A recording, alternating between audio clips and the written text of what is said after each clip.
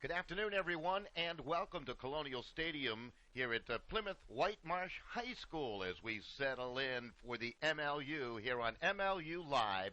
Philadelphia Spinners here on Mother's Day, entertaining the New York Rumble. Should be a good one. Matt Lowenthal alongside for the call of this one. I'm Don Boyle on a very windy day, about 63 degrees. But it feels a little colder than that, and 13-mile-per-hour winds, although they seem a lot stronger than that, Matt. It seems a lot stronger than that. It is a bright and sunny day, but it feels maybe 50 degrees out on the field, and we're going to have to see how the players respond to that. Obviously, wind is a big factor in Ultimate, and it's going to cause probably some problems on the field. We don't know exactly how the teams are going to adapt to it, but the weather is not going to be invisible today. No, that's for sure. Both teams were out there warming up, obviously, prior to the start of today's game, and boy, they had some difficulty trying to feel that wind out, so to speak. It was just gusting and kind of a swirling wind, too, so no consistency to it. Absolutely. These players, their throws are so good 90% of the time, and then we throw a little wind at them, and that disc is going to duck and dive and curve in all sorts of ways that they just really can't control. So that is going to be something we're going to have to look for in the game today. We certainly wish all the mothers out there happy Mother's Day. Mothers-to-be, happy Mother's Day. They have some nice festivities planned here today with some flowers to be given out to some of the mothers in attendance, so certainly looking forward to that. And I understand there was a car accident on one of the local routes here coming into Pennsylvania, so hopefully everybody is okay and might be making their way out here to the contest this afternoon on this beautiful the Rumble.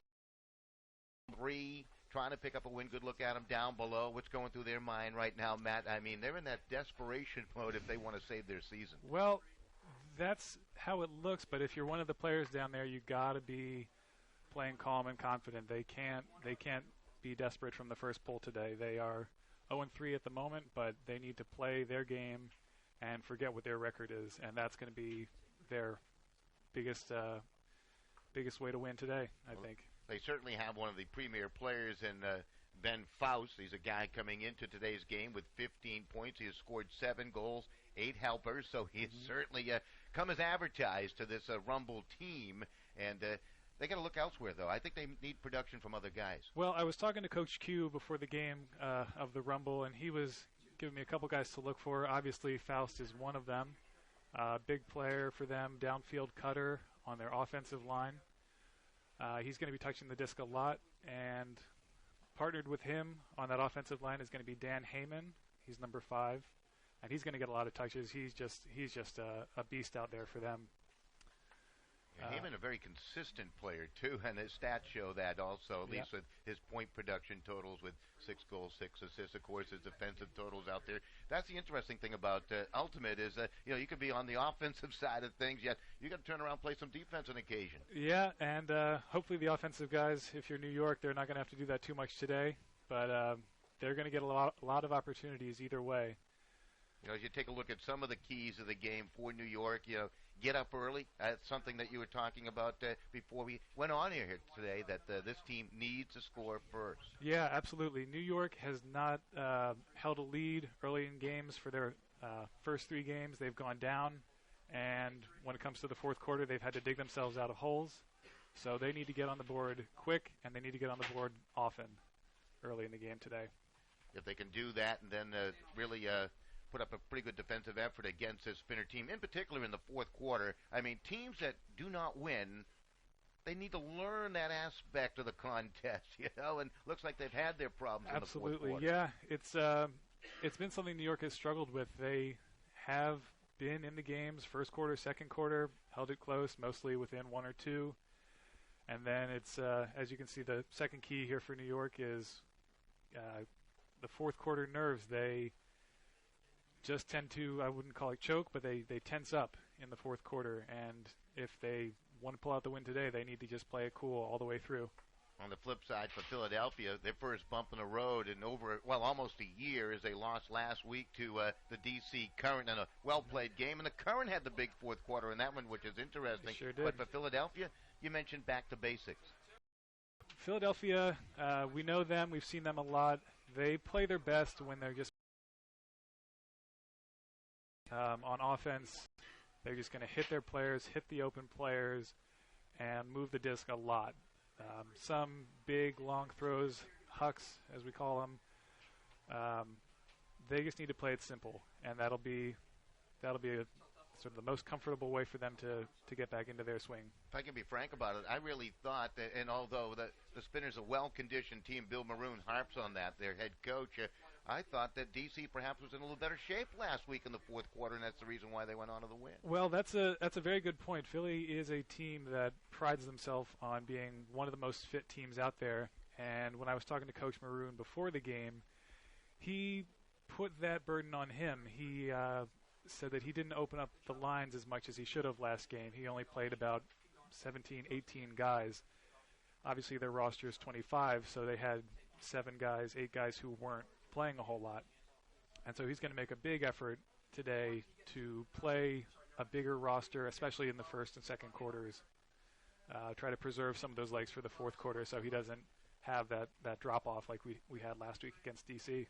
Some of the nice ceremonies taking place down below with some of the moms being escorted out here, maybe the wives of some of the players too, and being handed some flowers here on Mother's Day, which is simply terrific. We're going to take one quick break, and we're going to come back, and we should talk about some players who are not playing today, in particular for the Philadelphia Spinners. We'll do all that right here on MLU Live right after these messages.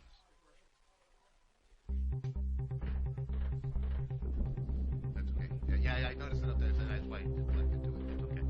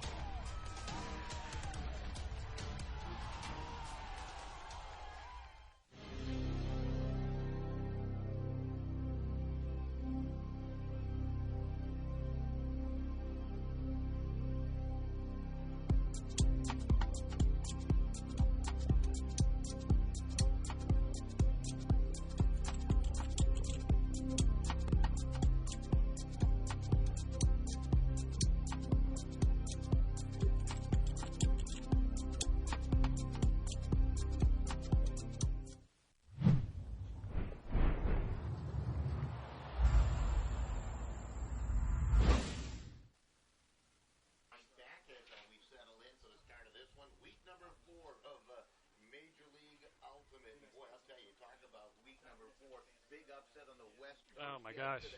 Wow.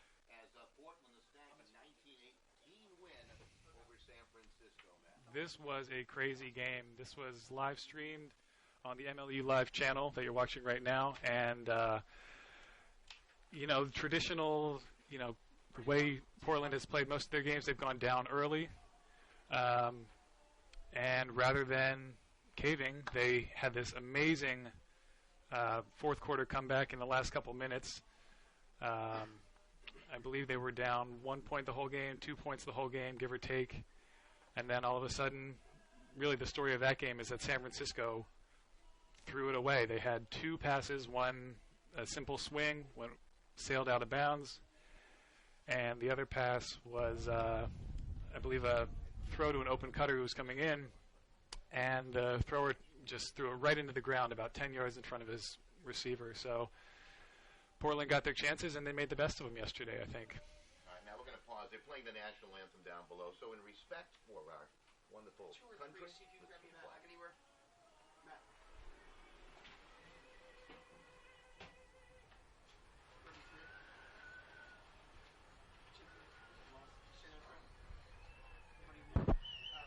All right, terrific rendition of the national anthem as we're just about set to get going. Nice crowd making their way in on this Mother's Day as the New York Rumble taking on the Philadelphia Spinners. They did meet earlier in the year, a 1917 victory for the Spinners, but the Spinners today will be out without one of their outstanding players, Sean Murray, not in action today.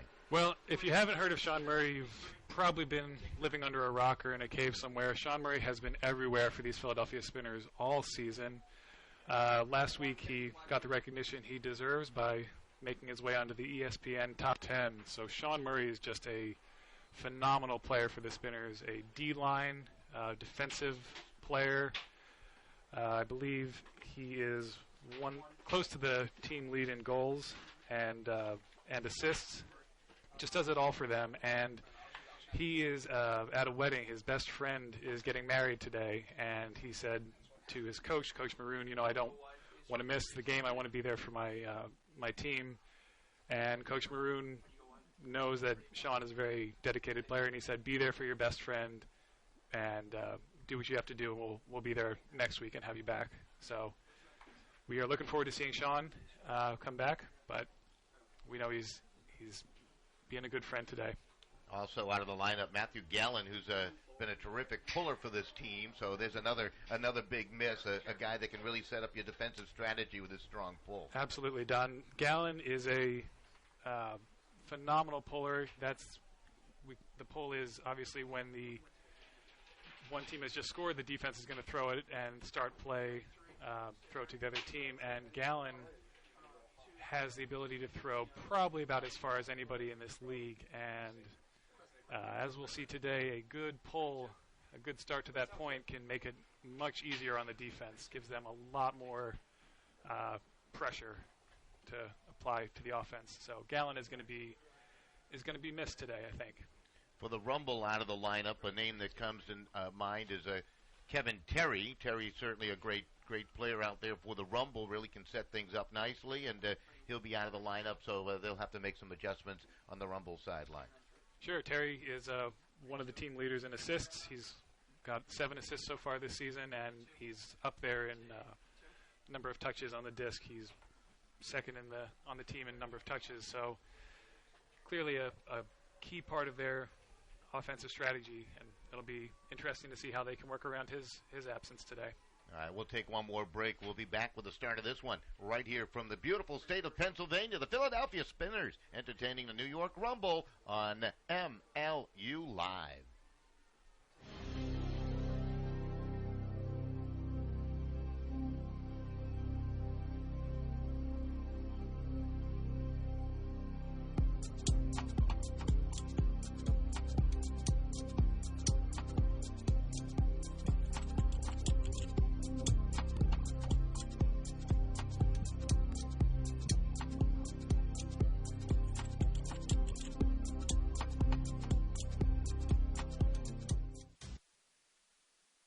All right, welcome right here to Colonial Stadium, White Marsh High School, as we settle in for the MLU Live today. Philadelphia Spinners taking on the New York Rumble. I'm Don Boyle and Matt Lowenthal alongside for the call of this one, as the Rumble coming in with a mark at 0-3, looking for their first major league victory. And the Spinners, of course, that bump in the road last week to the D.C. Current, trying to rebound and improve and try to stay close to the Boston Whitecaps. Whitecaps and Rumble was scheduled to play yesterday, but Mother Nature up in Boston and Framingham put a dent in that. Well, I believe it was D.C. They were down in Washington, D.C. D.C. Current was going to play New York, and New York was going to have the challenge of having to play back-to-back games on a weekend for the first time this season. I believe they got 2 to 3 points in, and then lightning, and lots of lightning. They had to postpone that game, and we are still waiting to get the makeup date on that. But all right, this one underway as Wycus with the pull downfield, and the Spinners will have the first touch, and they'll control it quickly. Bear Hairnet will handle it a lot today for the Spinners. Let's see how they contend with this win. Right now it looks like it's in his face. This is Shell the control. Spinners will use that short dump and swing game, cats and back, kind of their trademark, Matt. Yeah, that is what we're used to seeing from the Spinners. That's not what we're used to seeing from the Spinners. They are usually a very sure-handed team. Davini there, just an uncharacteristic drop on their offensive line, so that's going to give New York the chance here. That's Snyder. Snyder will flick it towards the end zone. He's got a wide open player, and Cox will make the catch. And great transitional work for the goal, and Rumble on top, 1-0. And there you see, right away on the very first possession for New York, the wind is coming into effect as you saw that disc going in to the receiver there, that it pushed it up and down. It was not a sure catch, even though he was pretty wide open. So Jonathan Cox on the receiving end, and quickly the Rumble jump out to the 1-0 lead. It only takes some seconds to get it done here in the opening quarter of play. Yeah, I think Philly is going to have to regroup. Just pretend that point didn't happen. To be honest, they know what they're going to do. They've had tough practices all week, so I'd be surprised to see many more points like that. A little delay before the upcoming pull. Got a lot to talk about today, some fine sponsors to talk about, and how you can pick up MLU gear, which is important. Nice shirts and all kinds of other things, and we'll talk about that here on this Mother's Day. There's the pull. It's going to glide towards the sideline. We'll stay in play, and the Spinners on their start. This is Hairnet again, the control. He looks downfield, nothing going on. He's forced to dump it back to Michael Panna, the shell to the near side. Being well marked to the inside there. Looks like right now the Rumble trying to play some man-to-man defense. There's a long huck down the field. It's going to float, and Shell trying to get to it. It's going to be D'd away, slapped down by Gillies, and it's right back to the Rumble. So the Spinners having some difficulty here with their first two possessions. This is Faust coming off this left wing side here. Faust looking.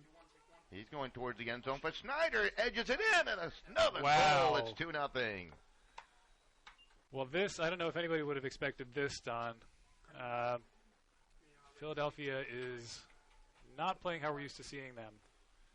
Some over-the-top throws, they just didn't connect.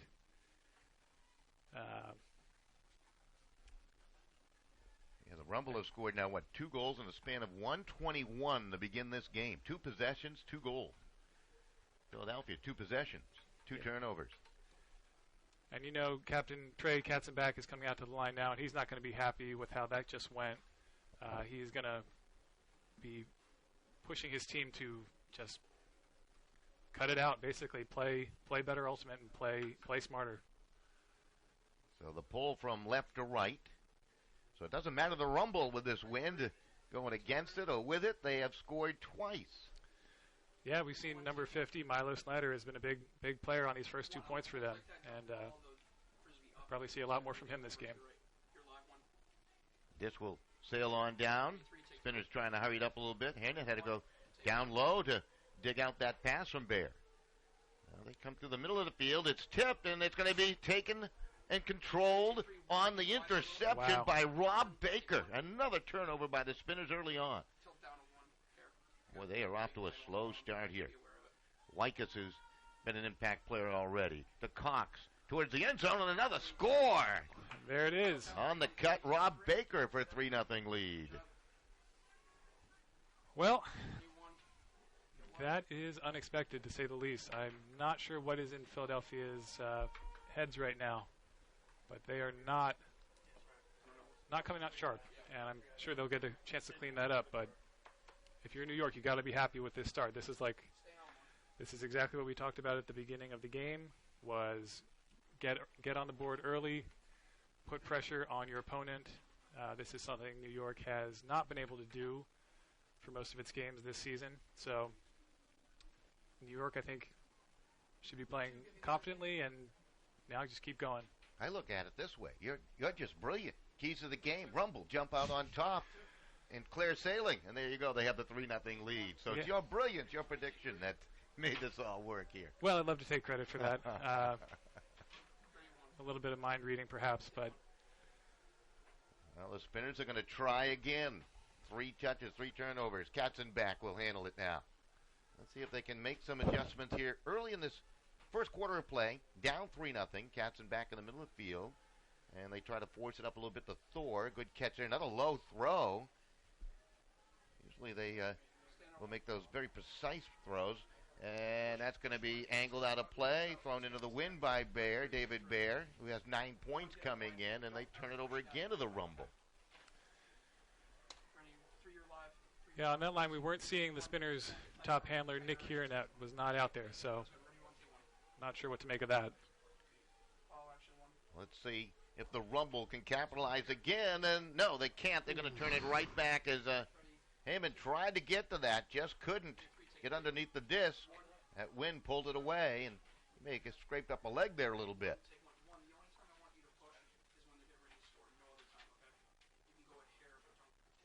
Got him back along the sideline to control it. And upfield, and we got an infraction on the throw.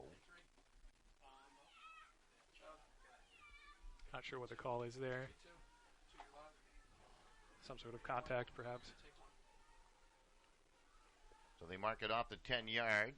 There's Shell going after it. Nice one-handed catch. Spinners trying to put one on the board here, and they float it in. Nice pass, and the Vinny will make the catch for the score, and the Spinners make it 3-1. Yeah, if there's a player on your team who you need to turn to when the game is getting a little out of hand, it's Art Shull. He is a very sure-handed receiver, one of the hardest working, most fit players on the Spinners, and he is just about as close to a sure thing as you get. Art Shull is gonna be there, and he's gonna come down with it. And he does double duty there. He also throws the assist, so that is just what the Spinners needed to get rolling here today. So the Spinners with a pull now from right to left, trailing 3-1. This will be the first traditional start for the Rumble here today. They have taken possession of the disc on turnovers throughout. They have scored 3 times and turned it right back. Yeah, this is going to be the first look we get at the Rumble's offensive line, and see how their offensive line gets to do with the disc. Look at that disc floating through that wind, cutting up and down. So the Rumble now. Let's see what the Spinners try to do defensively. Looks like they're going quickly to a man-to-man defense against this Rumble team. Heyman the control along that back line. Comes out to the near side. Heyman, certainly a great player to watch for this Rumble team. Perhaps one of the top, 5 players in the league? I think that's a pretty fair assessment, Don. He is just a phenomenal player. When he was a freshman at Wisconsin in college, he won a national championship and has been making an impact ever since. Mazur just tried to find Faust, and they turn it back, and some great tee. Was that Anderson that got a hand on and a knockdown? Now he's into the end zone, and he scores off the pass. And the Rumble make it 4-1. Getting some maybe a little chippy action there. Number 2 on the Spinners, Nick Perifico, did not like the response he got from Mowis did a nice job out there. Along with Anderson, they both kind of crashed towards the Spinner player and stole it away. Yeah, Anderson seemed to have a couple words for Perifico there, so we'll keep an eye on that, see how that progresses. So 5:49 remaining here in the opening quarter. It's been interesting. 4-1 Rumble on top, and they are playing with some urgency here in the opening quarter. The officials are going to get together. I don't know what they're going to talk about right now, but while they do that, a chance for us to talk about how you can get some of that MLU gear at the MLU shop. Indeed, you can. Get gear for your favorite team at shop.mlultimate.com and use the game day only code, thank you MLU, for a 15% discount. There it is. Thank you MLU. Shop.mlultimate.com. Yeah, I've been to that shop, Don. There is a lot of good merchandise there. So that's a pretty great offer for the fans. It really is. I need to go on and get some stuff. There's something for everyone. I thought I had connections, so I had to get it for nothing. I don't know what's going on, but we'll have to figure something out here, Matt. You too, right? Well, there's some stuff that goes on under the table, but that shop is always open whenever you need it. Good look at that Spinner sideline. a little bit befuddled right now, I get a feeling, huh? The way things are going here. Yeah, and as we were just talking there, you can see that Anderson, number 21 on the Rumble, the player who just caught the score, has received a ban for what I would assume is taunting on that last play, taunting his defender after he caught it. So he'll be wearing that band for the rest of the game. It's David Baer. Brother Michael also plays on the team. Katzen back. There's Hairnet back out there. Look downfield, nothing going on. So back to Katzen back. Trey certainly one of the all-time leaders in this game of Ultimate. He's been a terrific ambassador of the sport. It's his show. Plays it up ahead. The young one, Jonah Wish, recently out of high school and going to get an infraction, some physical play by the Rumble, and they'll mark it off 10 yards, and the big advantage going to the Spinners as they move it downfield here, Matt. Yeah, Jonah Wish, we've seen him a lot. He's just a surprisingly mature player for someone his age, just out of high school and getting it done. That's Hairnet, nice catch along the sideline. Quickly marked. Forced to play it back. Wish to control. Wish has not scored a goal yet. 5 assists for Wish up to Hairnet. Hairnet outright. This is Glazer. Glazer looking into the end zone. Forced to play it back to Baer. David to Hairnet. Now they move back to try to find some space, and they swing it out left. Baer looking in, and he's got Glazer, and he makes the catch on a nice cut, and the Spinners put one on the board. That Glazer, he hasn't been playing the last weekend, maybe not the weekend before that, I'm not sure, but he just made his presence felt today. That makes the score 4-2 as they move it down the field efficiently. That's the Spinners we've come accustomed to over the years. Nice foray down for the score to make it 4-2 here with 4:27 remaining in the quarter. Whitecaps leading the Eastern Conference of the MLU, 3-0 record. Spinners at 2-1. The DC Current, of course, with that big win last week. Now 1-2 in the Rumble. 0-3 in the West. The Dogfish 3-1. The Rainmakers 2-1. Nighthawks 2-2, and the Stags 1-4 to bring people up to date. What's going on? Yeah, so New York obviously is the only team still looking for that win. Every other team has gotten at least one, so pressure's on them today. Spinners with the pull. Drigoob. That's a low loves this pull. game. Yeah, I think he's trying to figure out that wind. 2 pulls by the Spinners from right to left have been angled low, not those high, majestic pulls downfield. Now the Rumble. That was a good play there by McBride to reach up for that.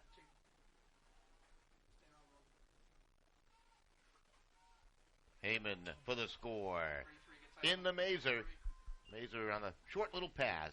When those two guys collaborate, good things will happen for the Rumble. Yeah, if you had to guess who the two players involved in that point would be, you would probably guess Mazur and Heyman, and you would have been right. Mazur just works his way around his defender there, gets a short little pass from Heyman, but it's good enough. And New York seems to be comfortable, seems to be doing all right. You know, Matt, we talk about the turnovers by the Spinners here in this opening quarter, but defensively they have not been able to solve the Rumble. I mean, they have virtually scored at will here in this opening quarter. Yeah, I'm not sure what Philadelphia is doing defensively. They are known as a very gritty team, plays a lot of person-to-person defense, so the one player will just match up against another player, no sort of zone or anything like that. But haven't applied a lot of pressure to the Rumble today, so we'll see if they're going to pick that up. Lucas Murphy with the pull. It's short again, knocked down by the wind. Wish the Bear. Looking for Hairnet. Nice mark there. They come to the near side. Hairnet's going downfield with a hook, and Katzenbach is there. He'll make the catch. About 6 yards from the goal line. Katzenbach looking and waiting now for his offensive players to come on up the field with him here. This is Thor, and in for the score to Bear. So the Spinners respond quickly to make it 5-3. There we go. They needed a point like that. Just a quick score, get on the board, do your thing, get off the field, let the D-line do its work. Got to be happy with that point if you're Philadelphia. And got to be looking for a couple more of those. Looks like they played at a faster pace the last couple of times they've had possession. Seems like it. They do have to push it, we know, because the stall count is only to 7. So every player who has the disc is only allowed to hold it for 7 seconds. If they do hold it for more than 7 seconds, it is a turnover. You'll see the referees call that. So it pushes the pace of the game to be pretty quick. And the Spinners, these last couple points, have been even quicker than that. So we'll see if that continues to work for them. Plenty of action today on this Mother's Day around the league. Of course, this one here, Vancouver playing at Seattle, Washington, and Boston scheduled to play today. Yeah, DC making a big overnight road trip up to Boston. Should be a good game. They're probably thankful they did not play yesterday against this Rumble team. There's a long huck downfield. That's a nice catch. Faust cutting in front of the defender. Wow, Lindsay gave up too much ground. That was great great work by Faust. He certainly has a high IQ, doesn't he, for ultimate? He is a player you want to be looking at. Mazur to the top. There it is. Look at that throw. I'm not sure if we're going to get a replay on that, but Mazur makes a beautiful throw.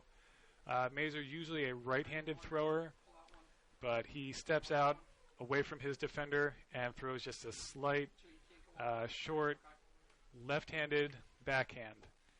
And nothing you can do about a throw like that. That's just a good player making a good throw at the right time in the right place. Danny Heyman on the receiving end of that one to make it 6-3. The Rumble on top. 3:20 remaining here in the opening quarter of play. One thing we do have to point out about that point, the player for New York who really made that play happen was Ben Faust. Had the big downfield reception. He was covered by, seemed like 2 players, and just got it done. Ben Faust. They're going to roll that one down the field, and again it comes out of bounds. You know, that's not a bad strategy. No. You can put it right where you want it. Nick Hairnet, a real likable guy, really a leader, and there's a nice deep play by Jonathan Cox on a knockdown. Got a hand on it. Anderson to control. Yeah, and that pull is looking more and more smart. A layout catch, and he make it on the far side. Bosco did they rule, and now maybe they have changed the ruling, and they'll award the Spinners the disc. Boy, that was close on the far side. We really couldn't see it from this angle here, Matt. With Bosco going after it, we're going to get a timeout on the field also. So with the timeout, we'll take a quick break. We'll be back with more right here on MLU Live. 6-3, the lead. It belongs to the Rumble.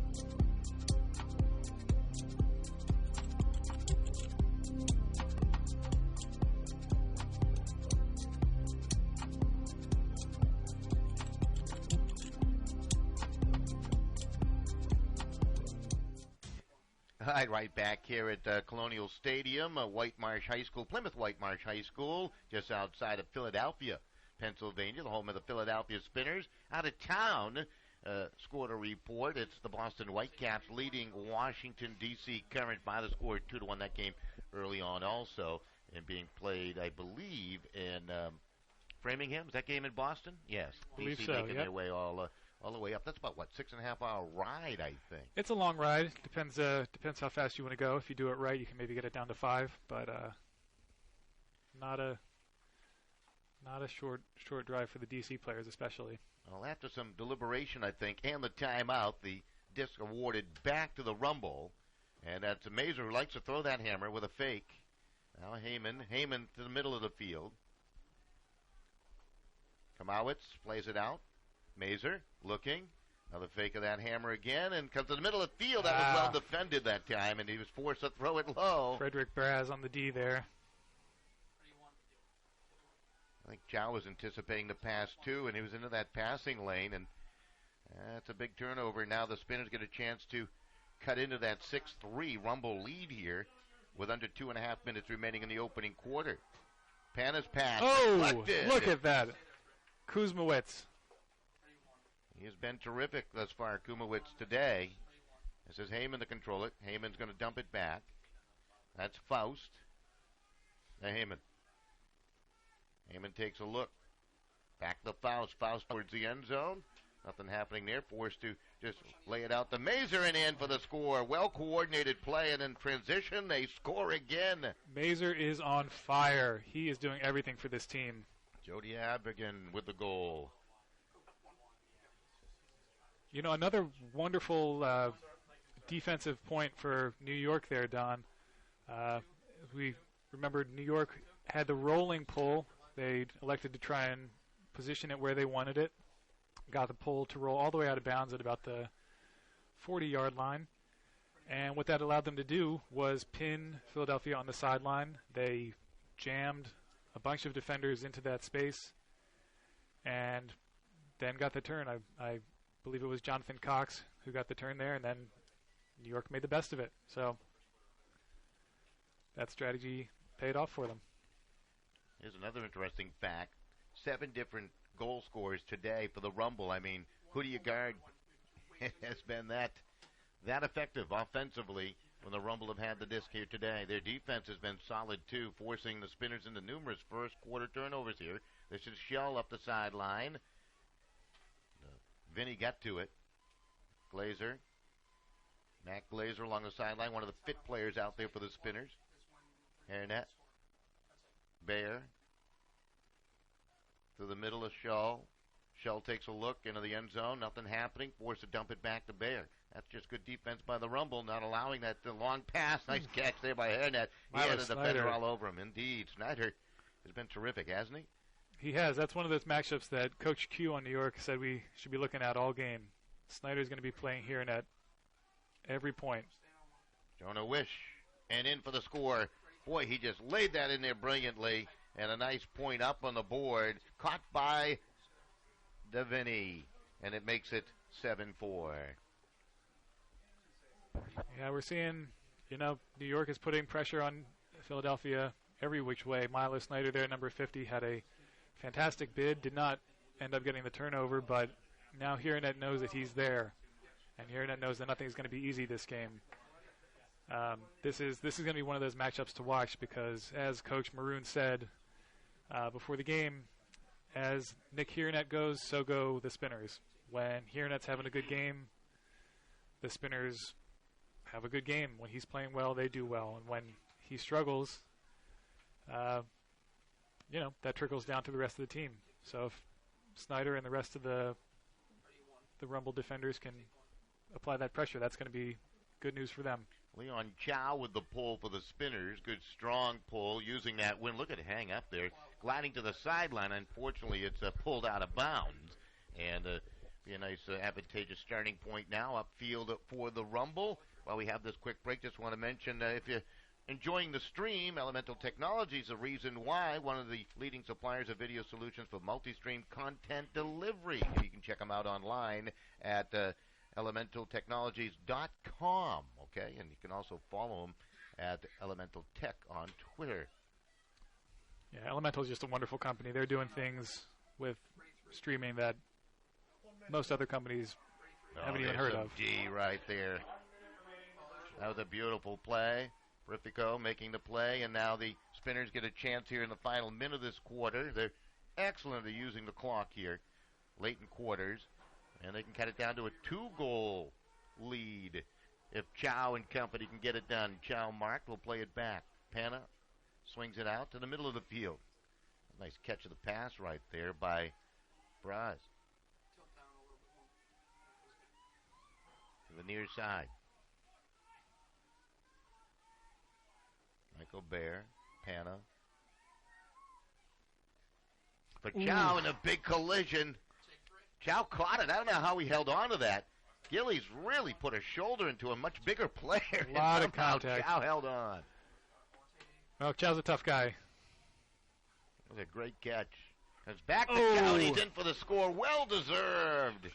Heyman puts himself out there on that bid, but Chow does his thing.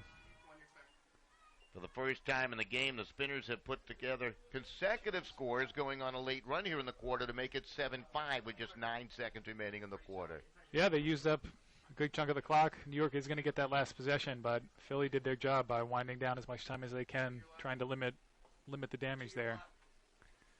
And you just can't say enough about Liang Chow on that last point especially. He took the hit from Gillies on New York, got right back up, and played against what I would imagine is got to be one of the toughest defensive matchups in Dan Heyman, and catches that short pass for the score. Remember the 10-yard line here is our end zone line. It's a little bit further out from the football field there. Liang Chow just getting it done. Chow now on the pull. The wind carry that up high, sailing it out of bounds to the near side here. Clock does not start until the Rumble put it in play. So they have 9 seconds to work with. There's plenty of time to get it downfield. They got the wind. Well, I guess it could be at their back if it blows the right way for him here. It's just blowing all over the place. Mazur in possession of the disc at the 30-yard line, football 30-yard line. Yeah, Mazur lucky that he gets to start in the middle here. Doesn't have to worry about that sideline for now. Paparone in the lineup there was guarding Mazur, marking him for just a moment, and they turn it over. Now Chow will send it downfield. If this is caught for a score, it would count as the horn sounds as he got the throwaway before the buzzer, but that's going to do it for the opening quarter. So 7-5 through 1. Interesting quarter of play. The Rumble on top of the Spinners. Back with more right here on MLU Live on this gorgeous Mother's Day.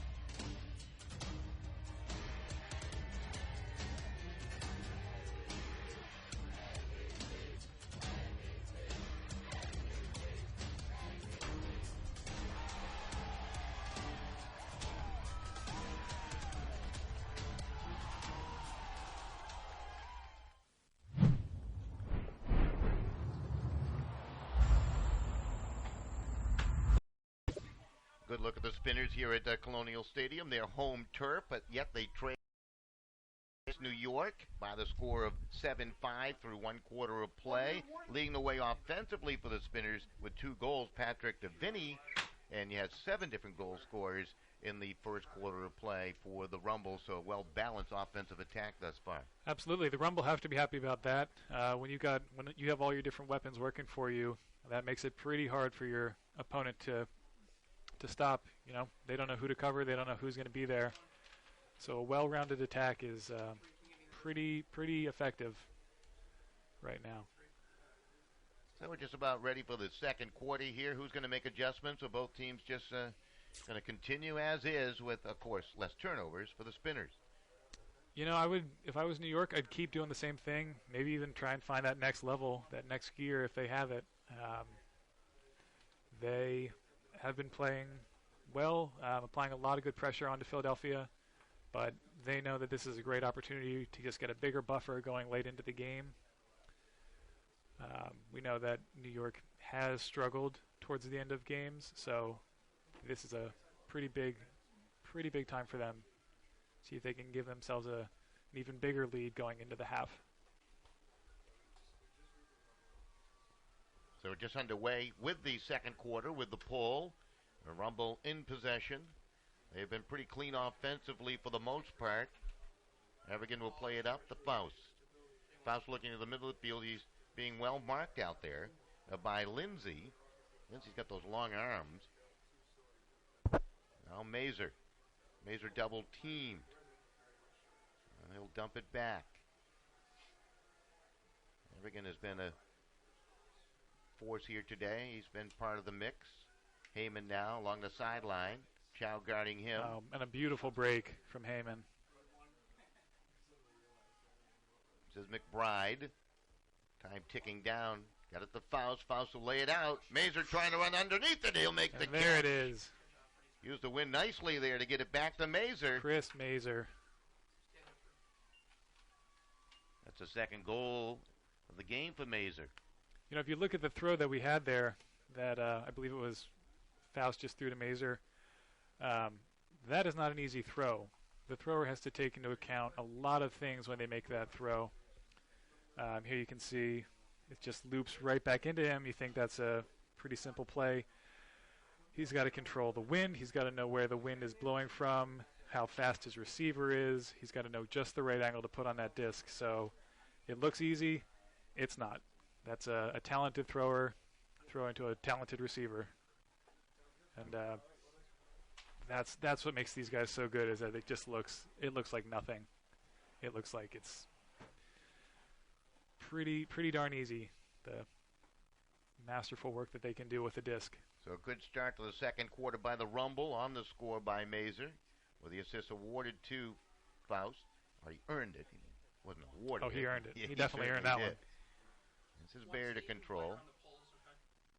David Bear seeing a lot of time today. Katzen back out on the right. He's going way downfield. He's got an open Thor. Thor makes the catch just shy of the goal line. Needs a little help, and he'll get it. And Devini scores his third of the game. You know, you usually don't see big plays like that from Katzenbach. He is the rock. He is a more conservative player, I would say. Usually does not go for the deep ball. That was I would consider that a huck. A huck obviously is a long throw in ultimate, generally 35 or more yards. So Katzenbach puts out that huck there. It's the long bomb of disc, right? The long bomb. You don't get any bigger play than a huck in ultimate. It just gives you all the time and all the tension of the will they, won't they, grab it situation. But Trey Katzenbach in that situation weighed his options and went for it, and as you can see, it paid off for the Spinners there. So Spinners with a pull from left to right. Michael Panna will send it along. Much better one. And that's a good, strong pull, considering the conditions here today. Chris Mazur, they haven't solved Mazur. Mazur's been, what you expect Mazur to be, along with Heyman. Heyman's going way downfield, looking for Faust. And it's going to hang up. And there it is. The catch. What a catch for the score by Faust. Ben Faust from Dan Heyman. Well, we're not going to get tired of saying those names. They are making this Rumble team work. Ben Faust is a player that Coach Q of New York said we should be looking out for, and Coach Maroon said the same thing, but in a different way. Here you'll see the play again. Heyman just puts up a beautiful flick. Flick, obviously a throw coming from the right side of your body, also known as a forehand, and that just hits Faust right in the stride. A beautiful throw there. It was well done, and I'll tell you what, Faust had to chase that down and stayed with it, showing great concentration, great anticipation. So that makes it interesting. Back to a 3-goal lead here for the Rumble.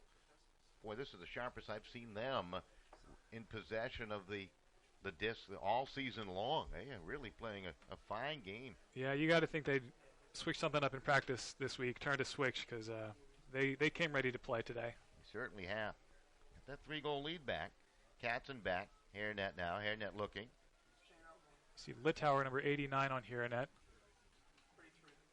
This is Glazer to the near side. Well guarded. Shull trying to play it off. Hairnet let that go. Great coordination. Some communication, I got a feeling, with Glazer. He knew Glazer was behind him to make the catch of that pass.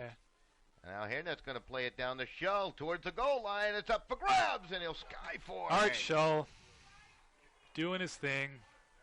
Just going up. Art Shull.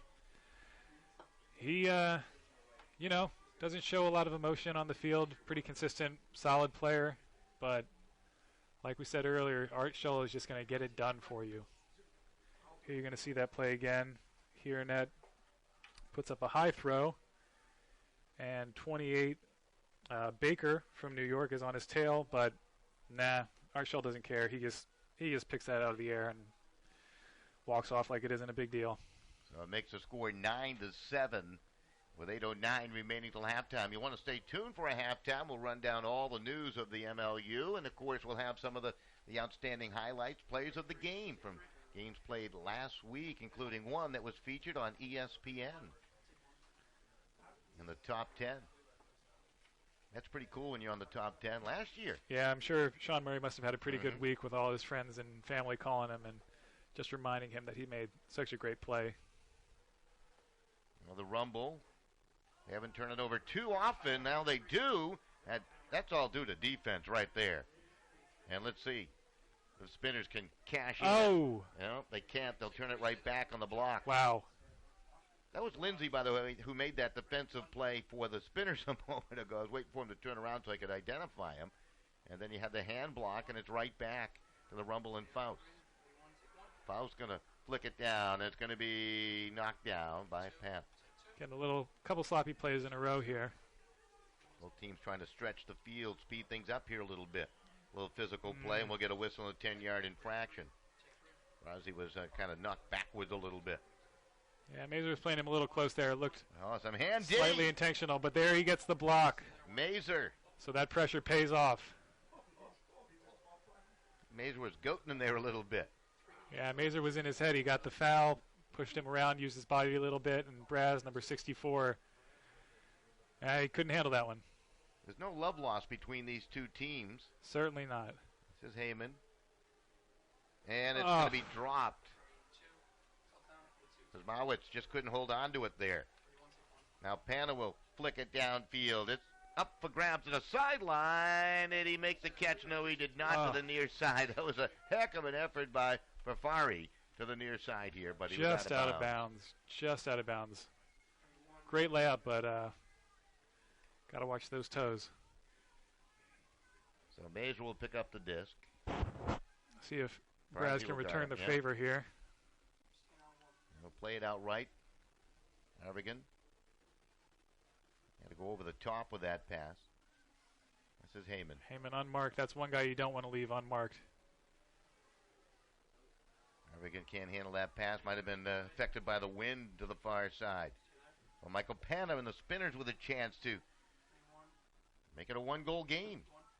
Creeping back in. Casey, we haven't called his name. He's a fine player for the Spinners out there. That's thrown to the back. Nice touch score. It seems like Braz gets the better of that matchup there. He comes down with the score on Mazur, his defender. And that was a neat little battle we had for that point there. A lot of back and forth. So Frederick Braz with the goal. You're seeing again and again for New York. Oh, here we have another view of the goal. And Braz is just going to have a couple steps on him. Nothing Mazur can do about that one. So, 3-goal lead down to 1 here for the Rumble.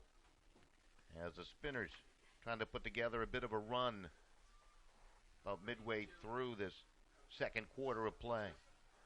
Number 3, Harrison Treegoob's had to pull here. This is, like we said, this would be the spot where Matt Gallen on the Spinners would come in handy.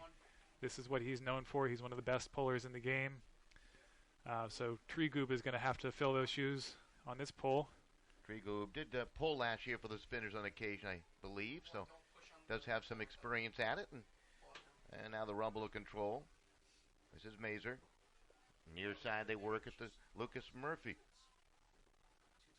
Now Heyman up the sideline. Well, they got some players wide open there. Yeah, looked like number 11 on the spinner, Zargam, lost his matchup. And it's caught by Mazur. They exploit the defense, and they made that look just too easy. Oof. Well, there it was. I think if you're Coach Maroon of the Spinners, you're not going to be happy with just where your defense's head was at on that point. Played a lot of the guys who were not getting the most playing time, and I don't know, it showed. They dropped a matchup.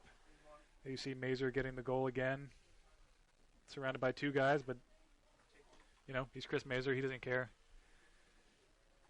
Just want to mention 5 Ultimate is the official apparel provider to the MLU. They are true lovers of the game and have built their company with a vision for growing the sport and outfitting those who play it. Visit them at 5ultimate.com or follow them on twitter.com/5ultimate.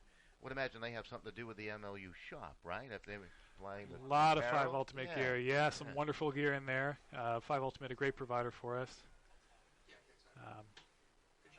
It's a great partnership. This is Catton's back. Catton back to Trey. We'll play it back to Nick Hairnet to trying to find an open player. That's Sheldon on your side. Now quickly marked. We'll play it back. Hairnet. Defense has been stiff today for the Rumble. And look at that defense there. Right on cue. There was no way to fit that in the show.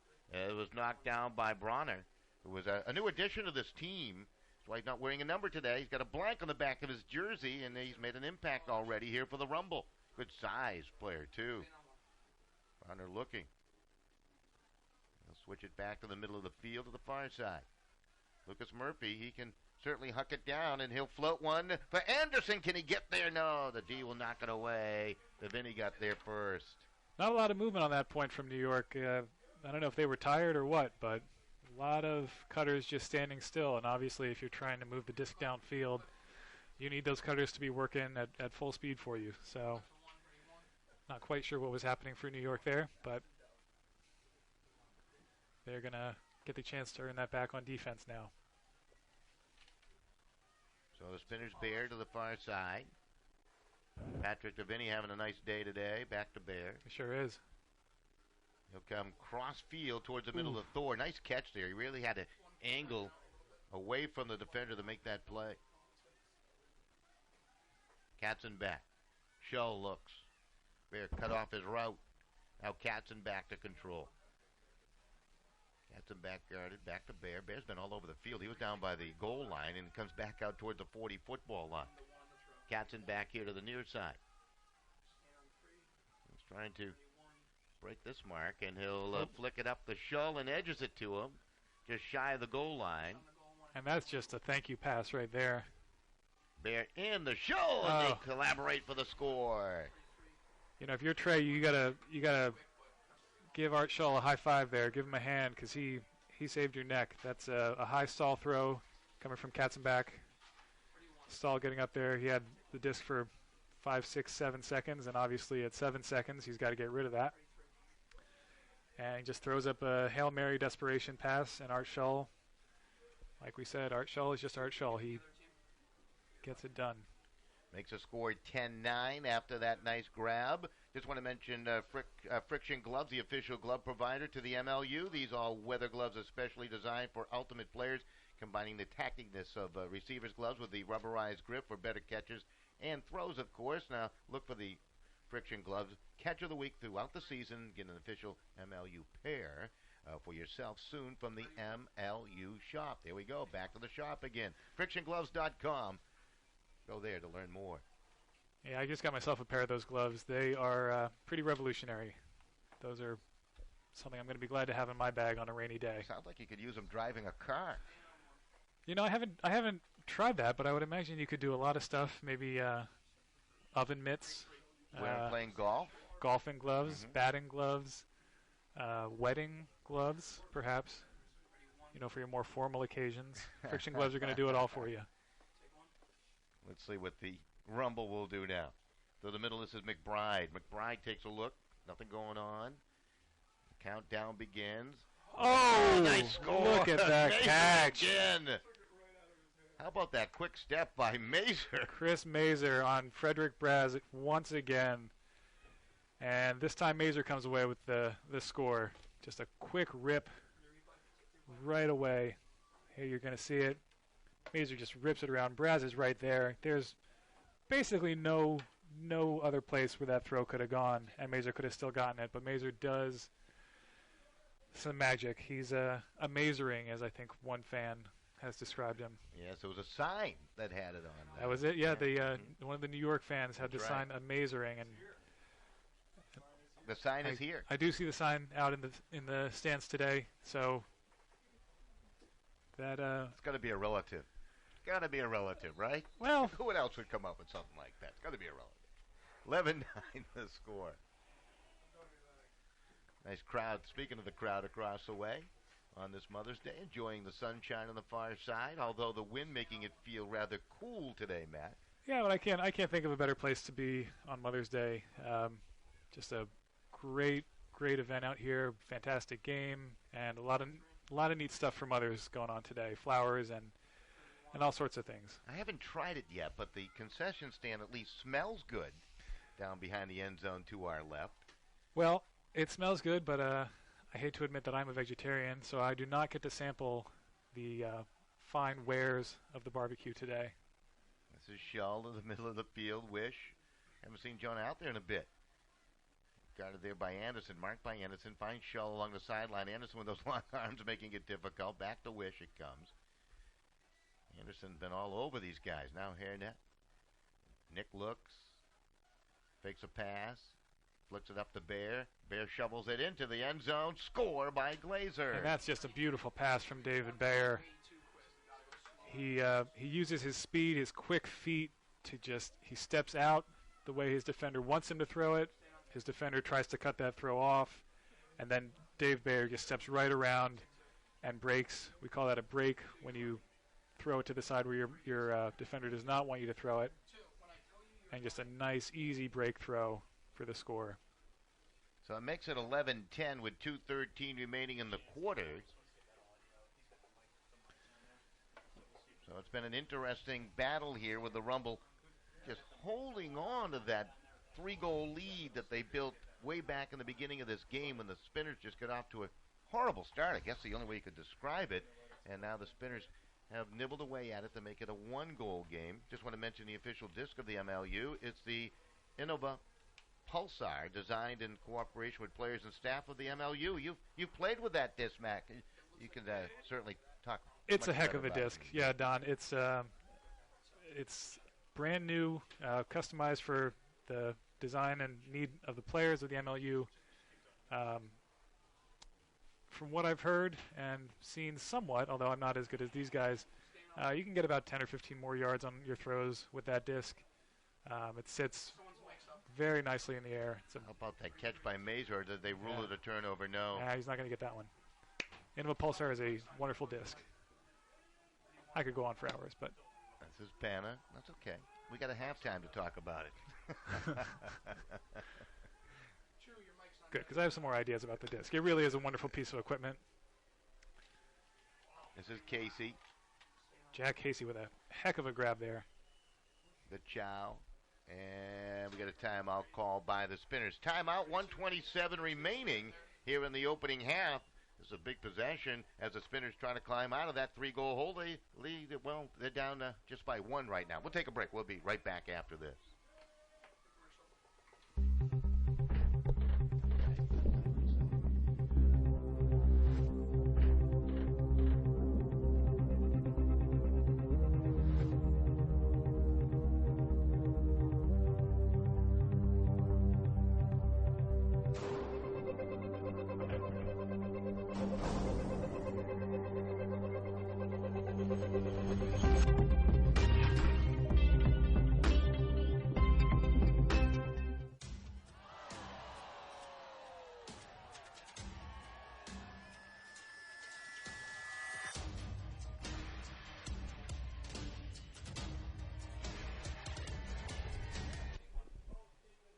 All right back here at Colonial Stadium and inside this beautiful high school facility, Plymouth White Marsh High School. Interesting game, Matt.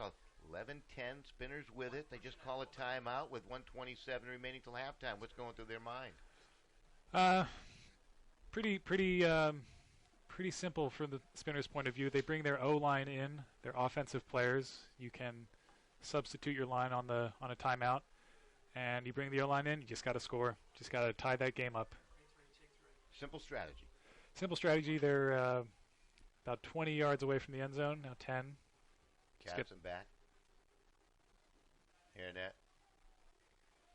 Guarded by Lucas Murphy. Bear, who's been all over the field, comes to the near side. Thor. They try to use the middle of the field. They use it effectively. That's Jonah Wish, and he'll play it back smartly to Thor. Back to Wish as he made a nice cut. And we got, some physical play in front of the disc, actually, towards the end zone area there is Jonathan Cox was dumped down in the play, at least knocked down, and we'll get a restart. Kick the infraction against the Spinners. You don't lose the disc, but they backed up 10 yards. Yeah. Under a minute remaining here in the opening half. Pretty good defense by the Rumble. Yeah, pushing the Spinners away.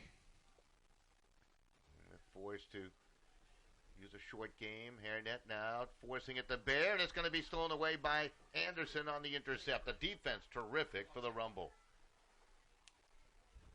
If they hurry, they had a man advantage going down the field there in transition, but they want to wait and stall and get everybody into place. Yeah, and I think they're just going to try and run the clock out here.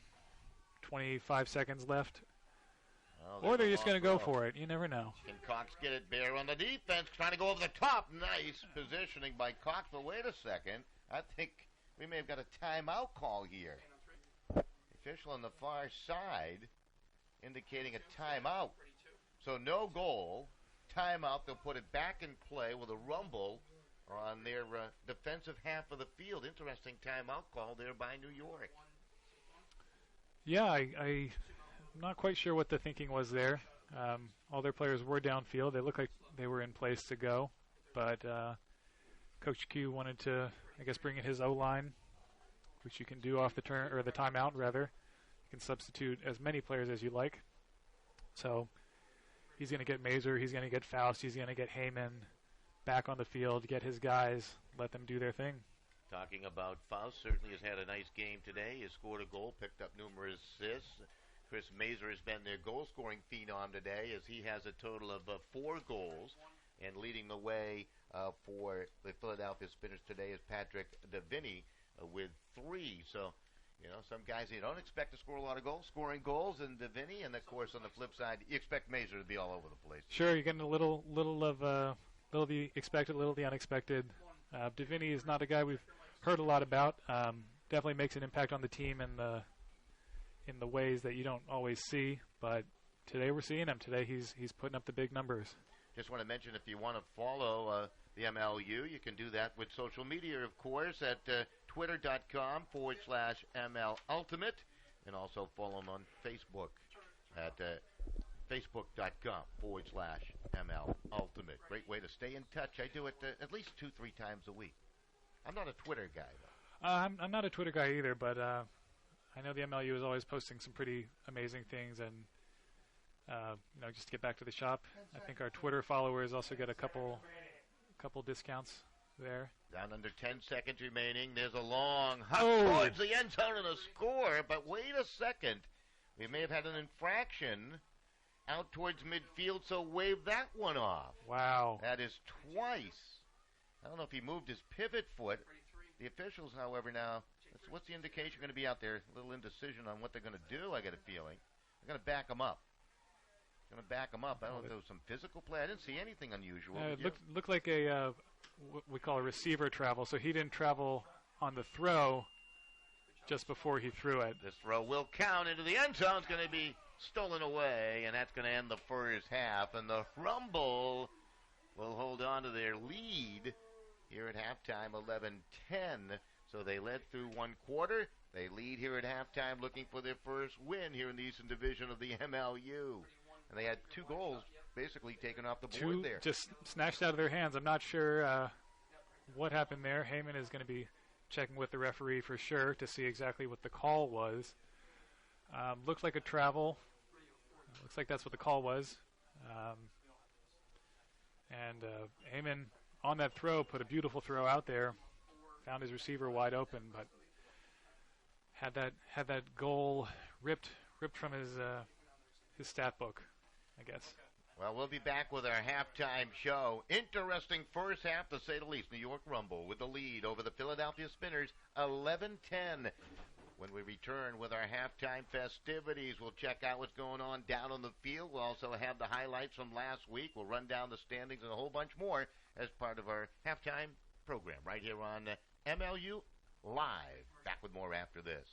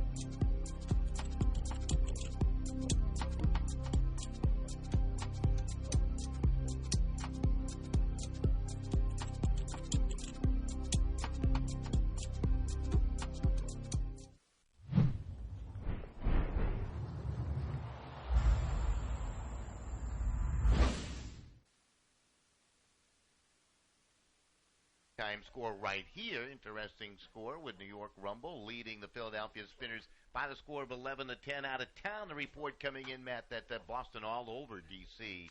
11-4, and they say this Boston team might be the top team here in the MLU. They're only unbeaten team. That's how they're being billed. Boston's supposed to be the best of the East. Can't rhyme that one, but best of the East, and really taking it to D.C. today. D.C. obviously last night was supposed to play the New York Rumble in Washington, D.C. That game got rained out after a couple points. And then, as soon as that game was over, get on a bus, drive, what were we saying, 7, 8, depending on traffic. A long time. Too long, apparently. D.C. is having a hard time up there, and I would have to think that a team as talented as D.C., it's just the travel and the sleep is killing them. Yeah, you're right. They have the longest travel. Really, anywhere they go. That's the longest trip you can make. Yeah. Even the trip to Union City to take on the Rumble's a pretty good drive. It's only 2 hours short, 2.5 hours short of Boston, I guess. Yeah, right? And no, a little longer than that. Yeah. You add to that, they had to get ready for their game yesterday. They were all set to go, the warm-ups, and they were just ready to go. Their minds were in that game mode, and then to shut that down without getting a chance to sort of unleash any of that energy can be tough. You have to imagine that is going to be tough on some of the players. Well, it's interesting here in the first half with the visitors, Rumble leading, of course, Chris Mazur with 4 goals leading the way. Then they have a bunch of guys that have scored single goals, and on the flip side, you get a couple of goals here today for Ike Shull. You got 3 for Vinny, who's been terrific, and 2 for Glazer. So the guys doing the job for the Philadelphia Spinners, guys you expect to be doing the job. Seems so. Yeah, you got your big name players here. Spinners are getting it done. They have clawed back in. Not up yet. They're still down by 1, but they've narrowed the gap, which I think Coach Maroon is going to be happy about. You have to wonder whether Sean Murray's absence is having as big of an effect as we thought it would, or, as you said, whether the spinners who are here today are going to be making that impact and sort of covering up for that absence. Yeah, I think when you're missing the caliber player that Murray is, it's difficult to replace. I mean, really one of the team's superstars. That really could be the face of the franchise when you think about it. Absolutely. Yeah. Well, he gets himself on ESPN with a fantastic play last week. Sean Murray is not leading the team, but second on the team in goals scored with 9. So he just gets it done for them on defense, and will also play offense. He's just one of their guys. Matt, we got some highlights from the first half. We certainly had plenty of those in the first half, and perhaps walk us through. Sure. So there you see the nice break throw to Glazer. That was putting the spinners on the board. And then this is just a beautiful leading pass. This is that matchup that we've seen all day. It's Braz and Mazur. Thrower just leads Braz right out in front of a beautiful throw. Davini with one of his 3 goals. Like it isn't a big deal. Davini just racking up the stats. And then Mazur. What else can you say about this play? This may not look like much. It looks like a catch, but there is no place for his thrower to throw that. And Mazur can grab that anywhere else. That is just a heck of a grab. Rips it from Braz, and that battle. I'm sure we're going to continue to see that in the second half. You mentioned Mazur, and I have a common eye to the sport. You're more the expert to this sport, and it looked just like a casual play, but there was a little something going on with that play with Mazur. Well, it's never as simple as it seems. There's always another layer to it. Mazur had been going to the sideline, running towards the sideline, and what you're going to see is what you saw is his defender follows him. Maybe we can take a look at that replay again as you described. Sure. So you're going to see Mazur cut to the sideline, and then he just turns on a dime, and what else can you say about that grab? I'm not sure there are many guys in the game today who can turn that quickly and just make that one-handed grab. On a windy day, keep that in mind as well. That's a windy throw, and Mazur just owns that disc. Well, it helps his squad to the halftime lead here at 11-10. Before we go to quick break, all those great photos you see up online as part of the MLU website, taken by Ulti Photos, the official photographer and the partner of Major League Ultimate. Ulti Photos features an elite core of ultimate photographers across the U.S. and Canada who are passionate about the sport of ultimate. They are available to cover your ultimate tournament and capture incredible photo memories for your participants and the fans out there. So check them out at www.ultiphotos.com. Check out their complete MLU game coverage at MLUimages.com. Let's go to break, and we'll come back. We'll have some outstanding plays from last week on the other side. That's a promise right here on MLU Live.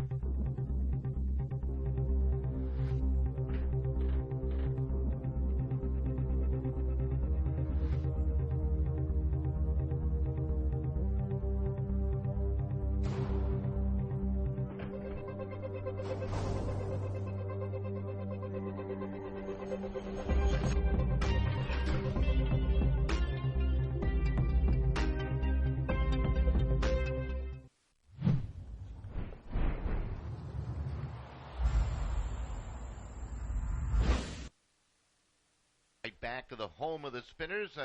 Colonial Field. It's a beautiful place right here in.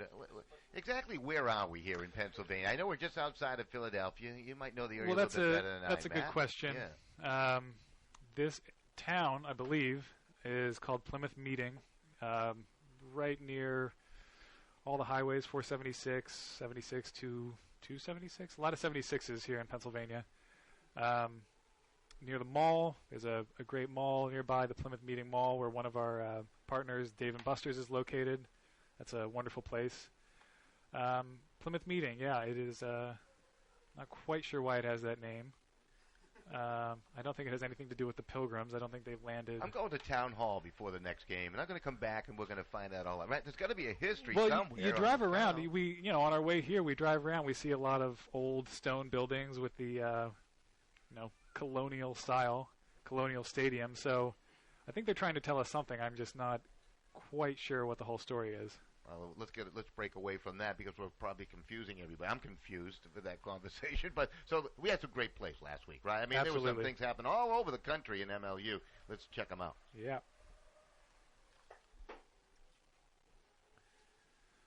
So here you got your Waveborn Offensive Player of the Week. This is coming from the San Francisco Dogfish this week. And you see number 80, Kevin Smith, with a just beautiful break throw. He moves his mark and just steps all the way around. And then Tyler Grant makes what shouldn't have been a possible grab and just snatches that off the ground. This is your Defensive Play of the Week in Portland, or in Vancouver rather.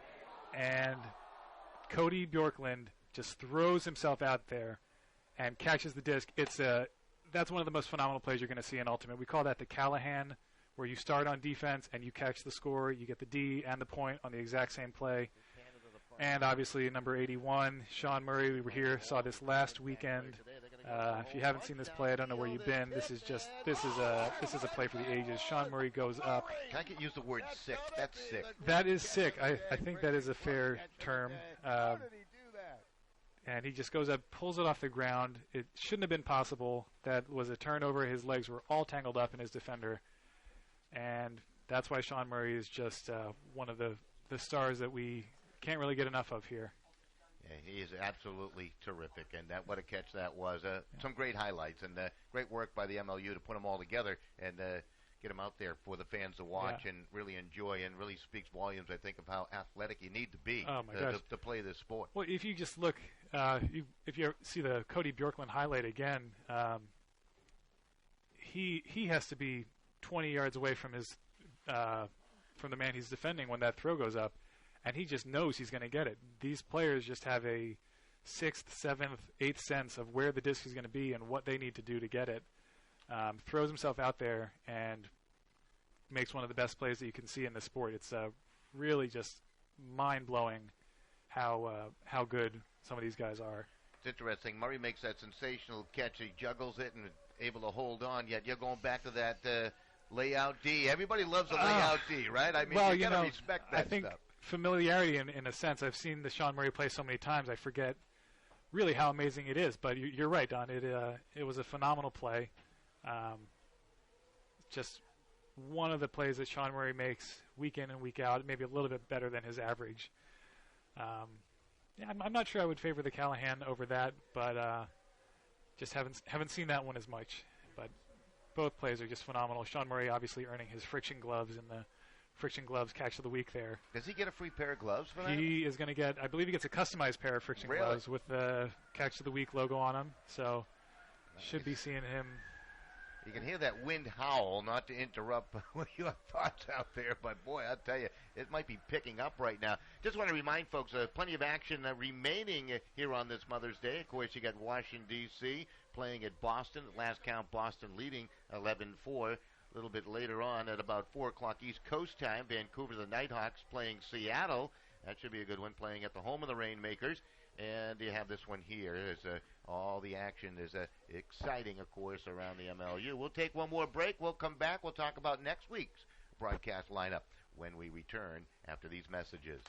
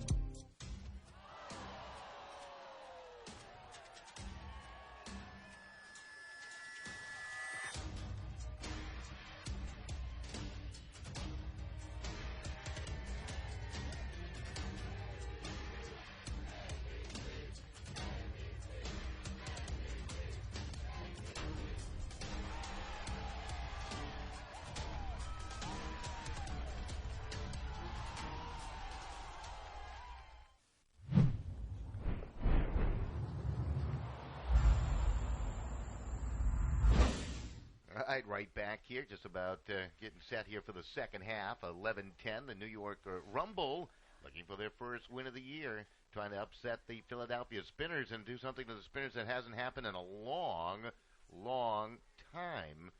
Send them to 2 consecutive losses. I mean, have the Spinners ever lost 2 in a row? I don't think they have. No, right? I don't believe so. They were a pretty dominant team last year, and they're so far 3-1 or 2-1 rather this year. So the Spinners are not used to losing. That is fair to say. Plenty of action next week, of course, throughout the MLU, and we can run down that schedule for you as we'll bring it to you live and in color from a couple of locations. We have Vancouver at San Francisco next week, 3 p.m. West Coast time on MLU Live, and Philadelphia at Boston, a showdown, 7 p.m. at the nighttime game next Saturday, and watch that one on MLU Live. Washington, D.C. at New York at 7 p.m. next week on the East Coast, and Seattle plays at Portland on the West Coast at 7 p.m. I am looking forward to that Philadelphia-Boston game. I can't wait for that one. We're going to get another look at the division leader. Many people, like we said, are picking Boston to take the conference this year, and Philly is right now sitting at number 2 in the standings, so that is going to be quite a game, I would suspect. It's interesting. I believe they play back-to-back weeks, kind of a quirk in the schedule. You take you to perhaps powerhouse teams, although I think D.C. and others might have something to say about it. And they may not agree with that, but back, yeah, so it's interesting. Okay, how about this point then? Philadelphia losing here at halftime, right, on their home turf to a team that hasn't won a game all year. Are they looking ahead? Are they guilty of that, looking ahead to next week? Sometimes that happens in sports, right? Well, it's got to be in their mind somewhere that they're playing Boston. Obviously, they haven't played Boston at all this year, haven't even seen them. And they've played New York twice before, once in the regular season during week 2 and once in a preseason game, which maybe wasn't as critical for either team. I would have to think that Coach Maroon has these guys pretty well focused on the game at hand. I don't think he's going to accept a lot of stargazing and dreaming about what might happen if they beat the Whitecaps next week. I think he's got them here. Matt, breaking away from the actual league and what's going on in this game for a moment, you're a young guy, you play this sport. How do you see the future? What's in the future for Ultimate, do you think, from your point of view being a young guy? Well, that's a very good question. That's why I asked it. If I had to put if I could put a color on it, I would say it would be gold. It just looks very bright. A lot of neat things are happening in the sport, just growing at an astronomical rate. More and more young people are playing the sport every day. It's one of the fastest growing sports in the country. We have obviously a fantastic group of teams here, wonderful athletes.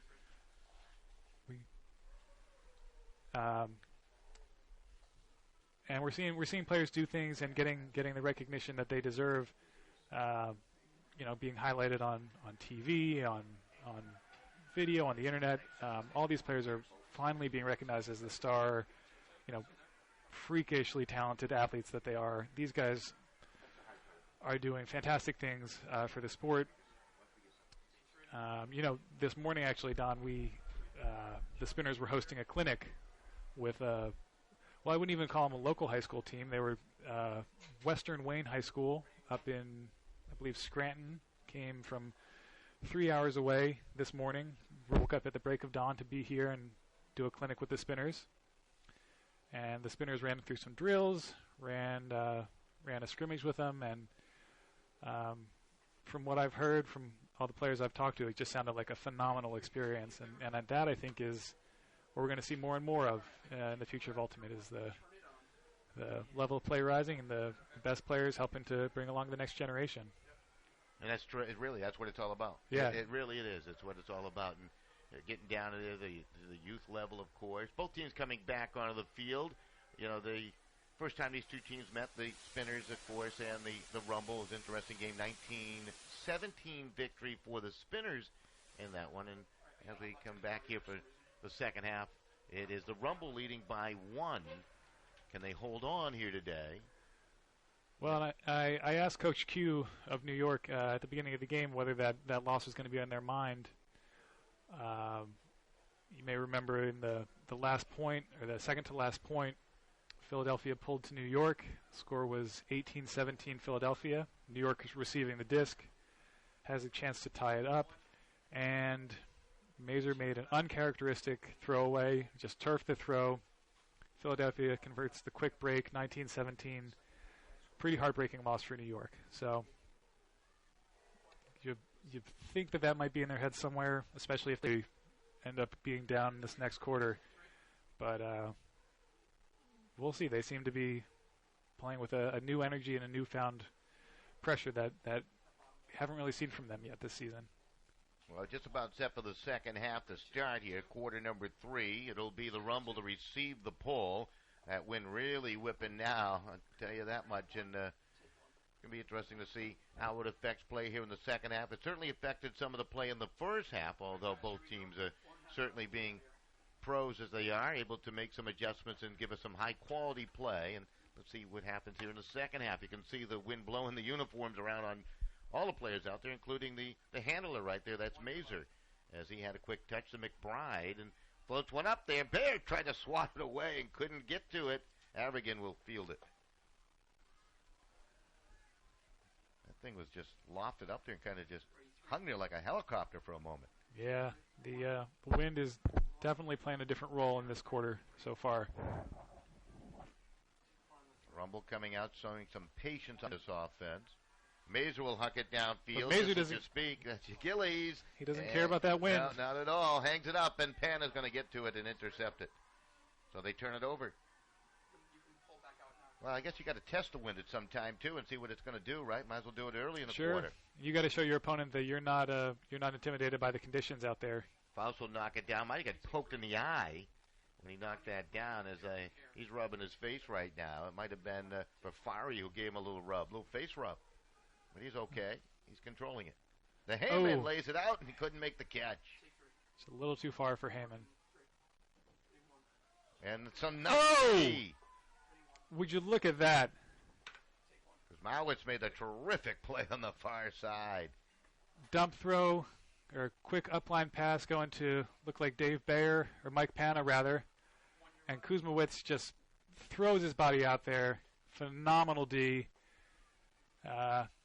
Really earned that disc back for his team. Obviously, they turned it over here, but that's a heck of a play. They're trying to find Faust on that long pass. I think they're going to give you that again. Yeah, so you see here, and Kuzmowicz just doesn't care. He just sees the disc, and he says, that's mine. Puts his body out there. Heck of a play. Now the Spinners get it back here. Perifico will play it. This is Bayer now with a touch. Michael, back out to the left. Nice catch there. You can see puts it back to Bear in the middle. The handler defenders are playing a little bit off their people here, trying to help out. Whoop, Chow just dropped the pass from Lindsay. And the wind is picked up, and I think it's affecting play here early in the quarter. Heyman. Avigan taking a look. We try to break the mark. Nice little flick there. Did he switch hands to the left and just I believe so. Just a quick lefty throw. And it's saucered in for the score. Kamowitz on the receiving end. Well, he had that big layout D, and it is transferred into a goal, and a 2-goal lead now for New York at 12-10. Yeah, Cosmos just seems to be everywhere on this point for the Spinner, or for the Rumble rather. We call that the bookends goal, or the bookends when Kuzmowicz got the layout D, and then here you're going to see him get the score, finishes what he started. Couldn't be more pumped, but he doesn't take his anger out on the disc, and Kuzmowicz had a heck of a point there. So back to a 2-goal lead for the Rumble with 7:20 remaining here in the third quarter. Has the first goal of the quarter, and we've played almost 3 minutes. It's been tough sledding for both these teams. This pull will have a little wind at its backside the way it looks down below, though the flag up high to our left blowing in a different direction as we take a look at the Rumble sideline. Yeah, it seems like the wind has changed direction a little bit. Players are just going to have to take that into account as they do on every game. David Bayer will watch it roll out of play. And Let's see what the spinners will do. If you're New York, you got to like this pull. You get to pin the spinners on the sideline all the way back in their end zone, and your defense gets to set up. You can't really ask for a better play. Bear will put it in play. And back into the end zone to Shaw. Doesn't want to make a mistake here. Back to Bear. David back to Nick Hairnet. They've really held him in check nicely today. That's his wish. Jonah Wish. The youngster up to the middle of the field. Vinny. That looked like a drop, yep. Yes, he did. Vinny puts it down. Not happy that that was called down, but seems like the right call there. Littauer to control. Anderson, quick conversion. Nice pass in. No, they didn't get it in for the score. They're going to have to go at it again as Wykus will get it in for the score. Looked like Wykus might have been in. He thought he was, I think. And the quick reaction, now we're going to get a restart, so no goal. They're going to be backed up, some physical play, backed up 10 yards on the push. This is Lucas Murphy to control it. Lucas Murphy, Coach Maroon was saying, was one of the players we had to look out for on New York. He was one of the guys they were game planning against. Jonathan Cox. Cox looking. Cox with a goal today, looking for an assist perhaps. That's Baker. And to the line again, Littauer. Marked by Nick Hairnet and maybe too tightly. Official saying, give me some space. Give him some space. They're going to restart play. Can't really move him up there. He's on the 10-yard line. That is our end zone line. So he's right on the doorstep. Looking to just punch it through. Defense stiffening for the spinners. Only momentarily. Nice cut by Wykus. Now wait a second. Bring that one back. And they're going to mark it off 10 yards. Littauer a little frustrated with all this. Guess he was fouled, but that score is not going to count for him. This is Anderson. Takes a look inside. He nearly lost his pivot, but his balance right there, but able to regain. He's going to have to hurry it along now. That was Lucas Murphy. Came smartly to it to help out Anderson. Now, just shy. Littauer lays it up. And oh! Did they make the catch? They did. Holy cow on the far side. That was Baker, I believe. Johnny on the spot. Rob Baker. That's his second goal of the game. Going to see here, New York was swinging the disc around outside the end zone. Playing patiently, looking for that open throw. Anderson hits Littauer right here. Tries to mack it in. And then Littauer just puts up the throw. Gets macked by number 2. Tipped to his teammate, number 28, Rob Baker. And Baker just a heads-up play. Right place, right time. That's got to feel good.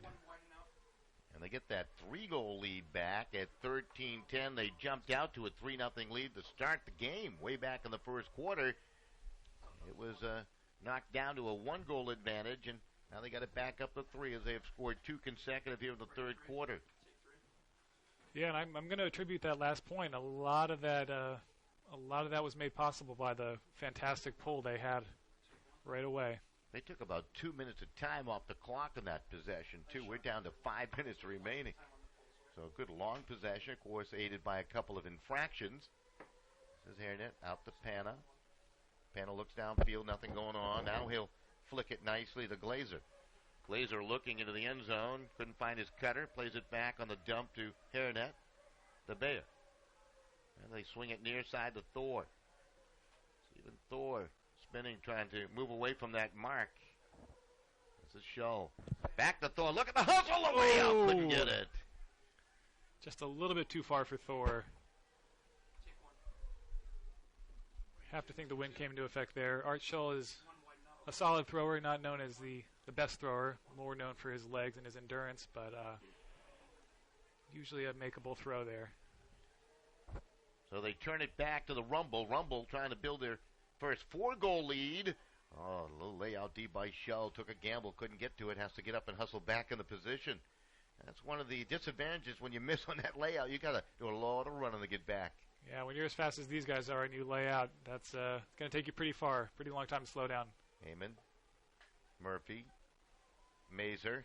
Again, Thor. some layout defense by Thor, you're right. Trying to get that one back. Mazur to control. Oh, tipped by Murphy. Have to go chase it. He threw that under the mark. Heyman now. Spinner's trying to pick up the intensity on the defensive side of things. Faust, that great size advantage over Pana. To the middle. I'm not quite sure what that matchup is with Pana on Faust. Faust has about 6 or 7 inches on Pana. Now Mazur, again, will throw it under the mark. Faust. Yeah, look at that size advantage. It's gigantic. Now Murphy to the near side. Little fake of a pass. Holds it left-handed. Switches back to the right. That's going to sail on him a bit. Thor comes over and breaks the play up as he went over the top. That's a tough one. Thor got the slightest piece of it, and 2 Rumble guys couldn't pull that one down. And Corey Lee had the best chance at it. This is Thor now controlling. In the middle of the field, he thought he was fouled, I think, by that body language. Glazer, hairnet. Look at that wind blowing. Wow. Fans on the far side enjoying the action. And we got a 10-yard infraction here on the push. Down to 2:27 and ticking down here in the third quarter. 13-10 your score. The Rumble looking for their first win of the year against this Spinner team. Hairnet. It has been a lot of work for the Spinners to score goals today, Matt. It sure has, and this win is not making it any easier. It's a testament to how good these players are that these passes are coming out as cleanly as they are.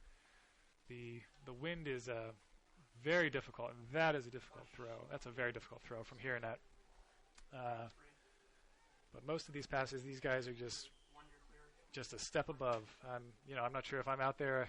I'm not making half of those passes. So you really got to wonder just how good these guys are. And it may have missed on the pass intended for Glazer, but I believe the far official may be making a call over there.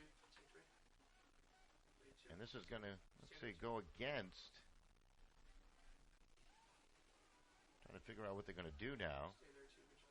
Looks like it's going to be Philadelphia's disc. Yeah. Not sure what the call was. Yeah, they moved it way downfield. This is Hairnet, the Bear. And now the officials will call an officials timeout here. Restart play. They're going to move him back a bit of what they're going to do. Looks like he started a little bit too early. Yeah, they're going to bring him back. Again, that 10-yard line, as you can see there, that's the end zone line, right where that orange pylon is. Spinner's desperate for a goal here. Panda, they give him some distance. Now he's covered. The little hammer. Tough throw. Gibson's got it to Glazer for the score. What a throw. That came from out of nowhere. Well, I'm speechless, but let me try to describe what I just saw. That was a phenomenal throw from Pana. He had a high stall count there, and see if we're going to get a replay of that one. How about the catch by Glazer, too? That was not easy. Well, Glazer, here you go. You got the whole thing. So here, Net swings it over. Pana's got it. Doesn't see anything. Looking for his man. And then, boom, it's that overhead throw. Throw just like a baseball. And then Glazer thought he was a little bit closer to the end zone line than he was. Tried to milk it in. Turns out he was already well in the end zone. But Glazer makes that pass come home. That's a third goal for Glazer today, making it 13-11. Boy, was he happy about that catch. Jeez, that is a pretty phenomenal play right there. And given the wind, given all the pressure that's on these players right now, and they just stay cool and get it done. So here's the pull, and the Rumble will get it back. That's a long possession by the Spinners. So both teams have had long possessions here in this quarter. It's been a low-scoring quarter. 13-11 your score right now. Only 3 goals between the two teams with just above a minute remaining in the quarter. Defense has been very good here in the third by both teams. We get another whistle. And away from the play, Hamer now complaining. Maybe he and Chow got into a little jousting match.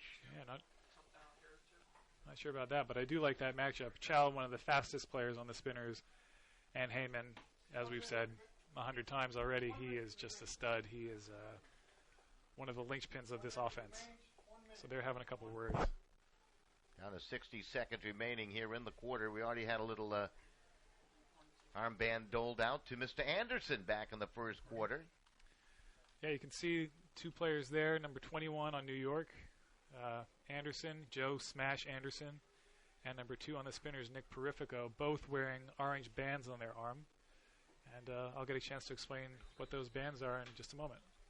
The thing is, you don't want too many of those bands to cover up your arm. You're in big trouble if you get too many of those. Yeah, right? you don't want to be wearing the orange uniform, as nobody calls it but me. But I'm going to start calling it that. There's a throw. Look at that disc got deflected by Heyman to the far sideline. They turn it over to the spinners. Nice catch there by Pana.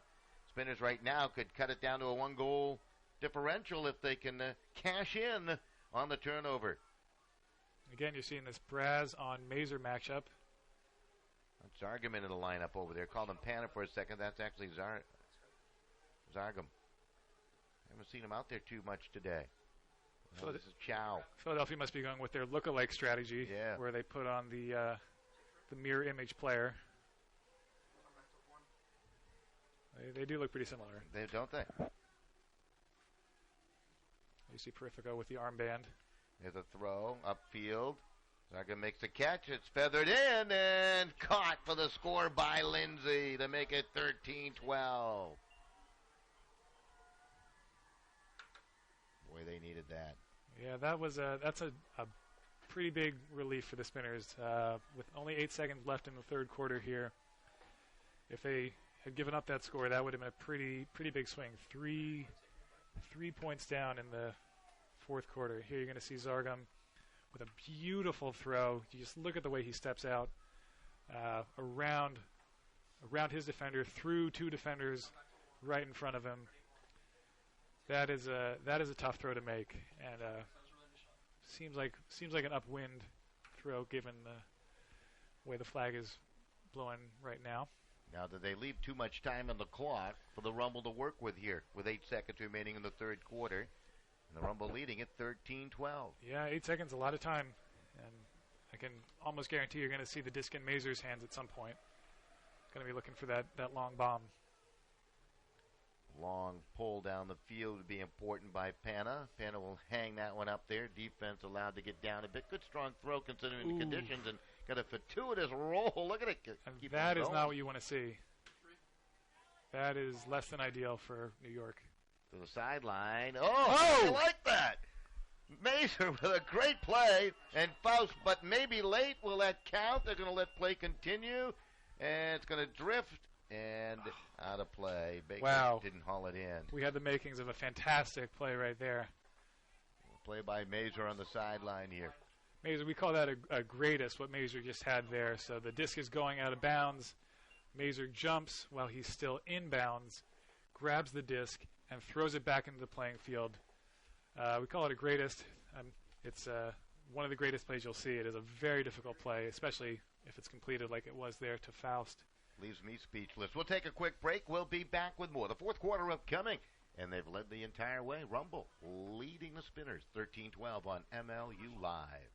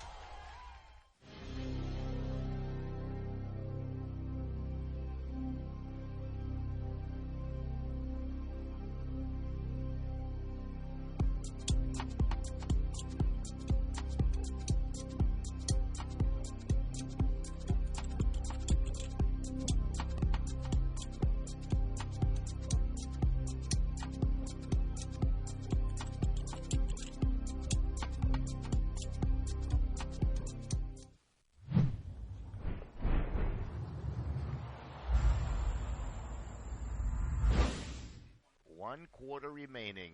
The New York Rumble looking for their first win of the season in Major League Ultimate. It'll be interesting to see if they can hold on here in the fourth quarter. Philadelphia Spinners in jeopardy of losing 2 consecutive home games, coming off a loss last week when they did not play a very good fourth quarter. So right now the odds in the favor perhaps of the Rumble to pick up their win. I have to think that's true. Philadelphia, you got to wonder what they're thinking now. A mentally tough team for sure, but they had those lapses last week in the fourth quarter, and you got to think that that's on their minds now. New York, boy, if there was ever a team with nothing to lose, they're just going to go for broke here. They got to get this win. They're up by 1, and this is it. If they can get a couple more points on the board, maybe get another break. A break is when you start on defense and you end up getting the score, similar to tennis when you are not serving and then you score. You call that a break. So if New York can get a couple breaks here, 1 or 2 breaks, that's going to do it for them, and they'll be home.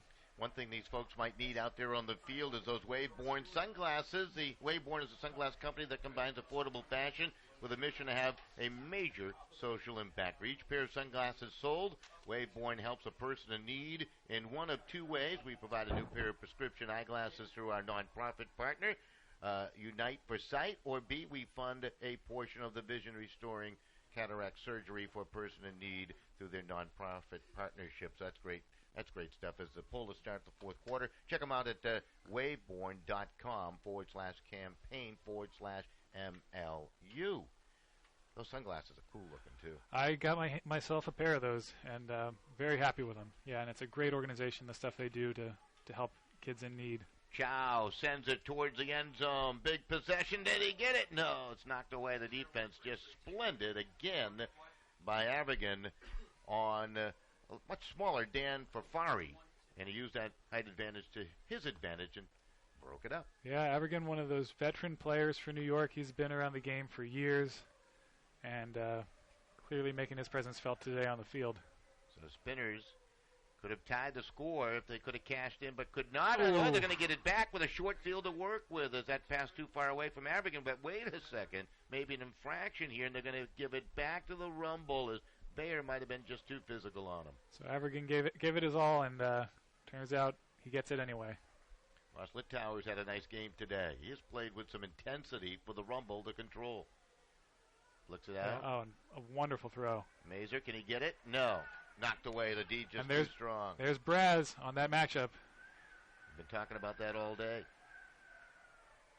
This is Casey. Casey feathers it in, and nobody covered Lindsay, and he scores, and the Spinners have tied it at 13. A wide open Patrick Lindsay. That's his second goal of the game for Lindsay. And the Rumble has been playing some terrific defense all day, and now having some problems. Lindsay, you can see he's fired up. Here he goes. He just wanders into the back corner. Number 10, Jack Casey, just hits him with a flick from his right side, and Lindsay, yeah, he wanted that one. How'd you like that celebration? You like that he's a happy boy. He's a happy boy there. Out of town, Boston all over D.C. One of the only lopsided games we've had all year. 18-8. Oof, that's about as close to a blowout as we've seen, as you said. Yeah, D.C. Definitely a better team than that score would indicate, but something's going on there. Of course, you had the upset win in the West Coast game yesterday. Portland, the Stags over San Francisco, beating the Dogfish by the score of 19-18, handing the Dogfish their first loss of the year. Stags picking up their first win. Yep, shakes things up in the Western Conference there. Vancouver taking on Seattle today, going to give us a better picture of what the playoffs might look like. Nearing the midway point of the season next week, believe it or not. This is Anderson. So we're all knotted up at 13. Give the Spinners some credit. They have battled back from a couple of 3-goal deficits here. Macy Anderson just threw to Mazur. Braz back on Mazur, sticking to him like a loyal dog, or maybe a loyal dog that you want to get rid of. I'm not quite sure. Why would you want to get rid of a Whoa! Nice catch over there. Hello. Wow. Faust able to fit that in? Was that Baker on the receiving That looked like end? 28, Rob Baker. That's his third goal of the game. Boy, they strike quickly. Get the lead right back. I want to go back to the dog comment. You get rid of your loyal dog comment. Well, I probably misspoke a little bit, but maybe it's a dog that's hanging around that you don't want. Here you're going to see that play again. And Baker just, at full speed, he's running, covered just about as tightly as you could be covered by Mike Bayer, and just goes up and grabs it. It's a fantastic grab from Baker. And you can see he's just as fired up as Lindsey was after his last catch there. There was some trust and loyalty right there. Faust able to fit it into Baker. Yeah. Nice play. This wind, we can see it. You can see it on the players' jerseys and their shorts. It's pretty darn heavy, but they're still making those fantastic plays. They just really don't seem to be affected by the wind. To me, that was the pass of the game. I just thought that was just well done. You think so? Maybe a play of the week Maybe caliber? No, I wouldn't go that far with it, but could be. Yeah, but it could be. It's a big play. It's a big play for New York to get that point. They have been leading this whole game, and mentally, I think they need to stay in the lead. Still feel like they're in the driver's seat and going to be able to take this thing home. The defense has been terrific today. They're trying to play some tight defense on Hairnet. Hairnet to Trey Katzenbach. Katzenbach back to Nick and plays it out the Wish on the far side. Jonah back to Hairnet. They have really covered him tightly today, and that was evidence right there with the foul call on Colin Van Lang. And there's Schull. Glazer. Well, coming out of nowhere, tipping it, and catching up to it is Patrick Davini. Oh, looked like we were going to have a good one on our hands there. A self tip for a goal. Davini just couldn't grab that one. At first thought it was intended for Glazer, and it might have been intended for the cutter Glazer downfield, right, as he got open? I have to think that it was, yeah. Art Schull, like we said, not the strongest thrower, and probably just overthrew Glazer there, and Davini just happened to be in the area. A little surprising to see that throw from Schull. Now the long hug for Anderson, trying to break free from the pack. Anderson chasing, and he catches it. Oh, my gosh. In for the score. That was amazing. And that was a big goal. A 2-goal lead back for New York at 15-13, Matt. We're going to get another look at that play. Faust gets the short pass, and then gets the pass from number 3, Jonathan Cox, and just rips a backhand full field, and clearly a veteran player knows how to take advantage of that wind, just uses the wind to his advantage. That looked, I didn't get the measurement on it, looked like a 70-yard, 60, 70, 80-yard throw. Just a fantastic throw, and Anderson knows exactly what to do with it. What I liked about Anderson's catch, it was with 2 hands. Nothing fancy about that one. Just a very fundamental, sound play. But that throw, you probably won't see a lot of throws as the play of the week, but you got to give props to that throw. That's a piece of art. In what these he just conditions? painted there. Absolutely. That's a good pull, too, as the Spinners down by 2 will now have to go the length of the field to cut the lead down to 1. Ray Katzenbach, Nick Hairnet. This group out here for the Spinners has really struggled today. This is Thor. Back to Hairnet. And the Panna now. As this defense for the Rumble continues to play it tight. We're going to get an infraction. Spinners getting a little frustrated, perhaps. Ooh, so something happened. Spinners got called for something. Downfield. Now they're back in the middle of their end zone. Katzenbach, don't want to turn it over here. Schull. Art looking. Trey, sure-handed. He needs some help. Someone's got to come help him out. They're running out of time, and that was Schull smartly coming back to the dome. Art Schull just seems to be everywhere for him today, doing a little bit of everything. Michael Panna. They could not advance upfield. The Rumble defense stifling right now. Hairnet from his own end zone. Trey Katzenbach. Gotta wonder how he got open there. Mazur's all over him. Bayer fakes a long huck downfield and, swing it back. Panna outright the shell. Now they find a little space on the reverse. This is Panna again in the middle. Now they're moving it upfield. Here's a long throw and a little breakdown on the defense. Eventually, and Thor on the receiving end from the Panna feather feed. And there you go. It's a one-goal game, 15-14.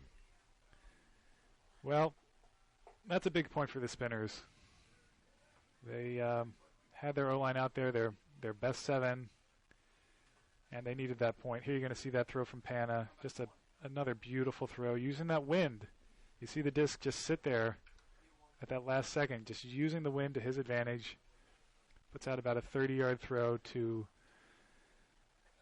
Stephen Thor, number 23 for Philadelphia. First goal for Thor today. 5:25 left. Looks like we got ourselves a game. And we certainly do. Rumble looking for their first win, and they're going to get the disc back right now. They certainly don't want to turn it right back to the Spinners. Spinners looking like they are finding some fourth quarter legs after really falling apart a bit last week in the fourth quarter. In the beginning of this quarter looked like they were a little bit shaky, but they have turned things around. Yeah, Coach Maroon told me they had a couple very chippy practices this last week. We're not happy after their DC loss, and we're just getting ready to grit this one out, to give it everything they had, and I would expect them to have the legs in the fourth quarter here. Fouts with a fake. Nice pass, good layout catch. Oh, boy, that may have... No, he couldn't get it. Havigan could not hold on, unfortunately. I thought he got banged up there. He kind of fell awkwardly, too. Chow. Oh, and Spinners turn it right back at Lindsay. Couldn't hold on to the low pass. That was the equivalent of the pass made by, I believe, Mazur in that loss first time these two teams met. Now, Faust on a layout, just couldn't get it. Jeez, Faust covers a lot of ground. He's got some long legs, and just wasn't able to grab that one. Remains a Rumble 1-goal lead, 4:34 left. The disc back to the Spinners here. You can see they're going to double team Mike Baer on the corner here. Not a bad plan. Rifico, Baer, flicks it up the sideline. Chow takes a look, fakes the huck downfield. Now they double team him, has to squeeze it somewhere, floats it upfield, and that's a nice catch by Perifico. Oh, and some layout on the right-hand side by Skylar Redding. Redding's pass off the fingertips of a teammate, and it's out of play as Bafari couldn't haul it in. Jeez, just tries to slide that disc through the mail slot. Doesn't have enough room.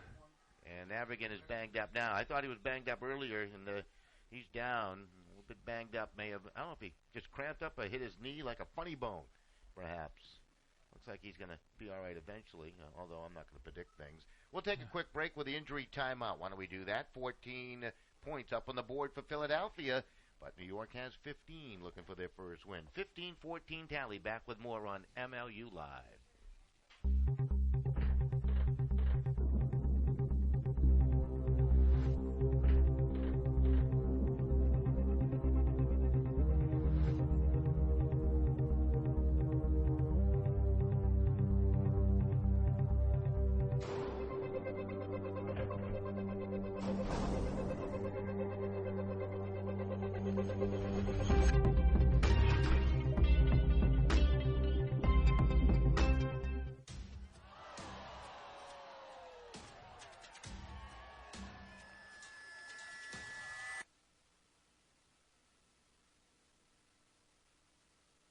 Welcome right back. Nice to be with you. I guess they're going to keep Abigail to the near side, not bring him across the field. So they resume play. Ooh. And going up to make the catch was Gillies. That's a terrific play. And all of a sudden the Rumble in position here to regain a 2-goal lead. They have never trailed against the Spinners here today. They've had a couple of 3-goal advantages. Oh, they can't come up with it. Just over the hands. That's a tough break.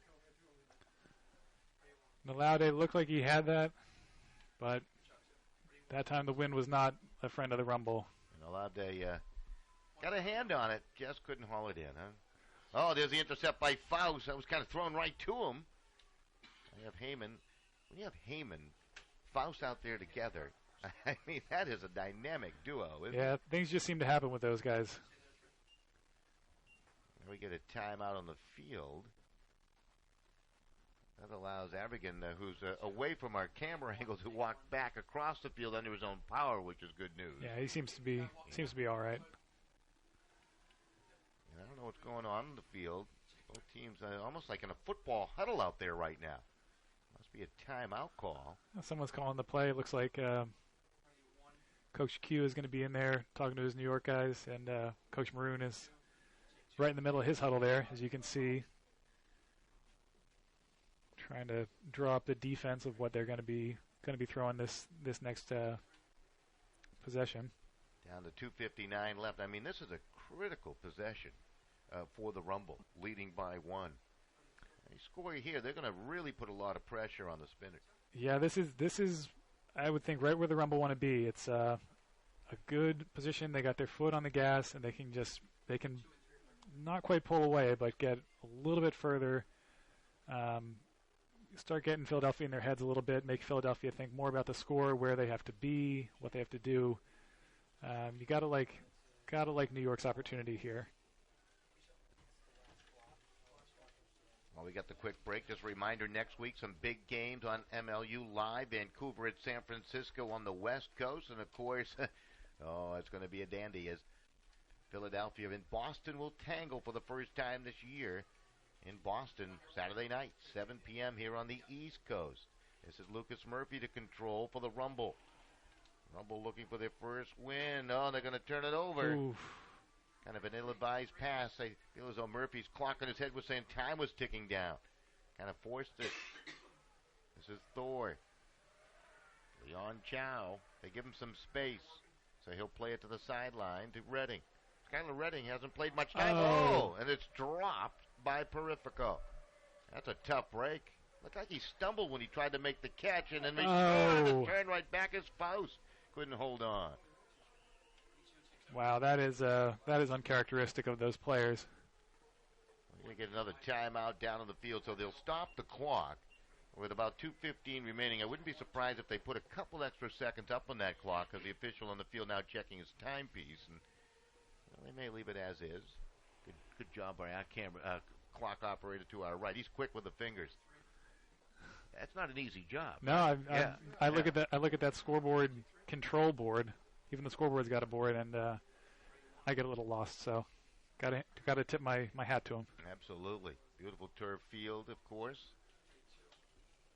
Yeah, this really is a wonderful facility. I know the players enjoy it. The turf is a very fast surface. We say that because they're able to get a very good grip with their cleats. They can really grab into the ground there and get a good push off. Allows them to go a lot faster. Matt, I want to go back to your keys of the game way back in our pregame for the Rumble. Critical, get out to a lead. Sure. Critical, not to be dazzled in the fourth quarter. Both, well, right. Well, true. The first one obviously came true. They did get out to that 3-point lead.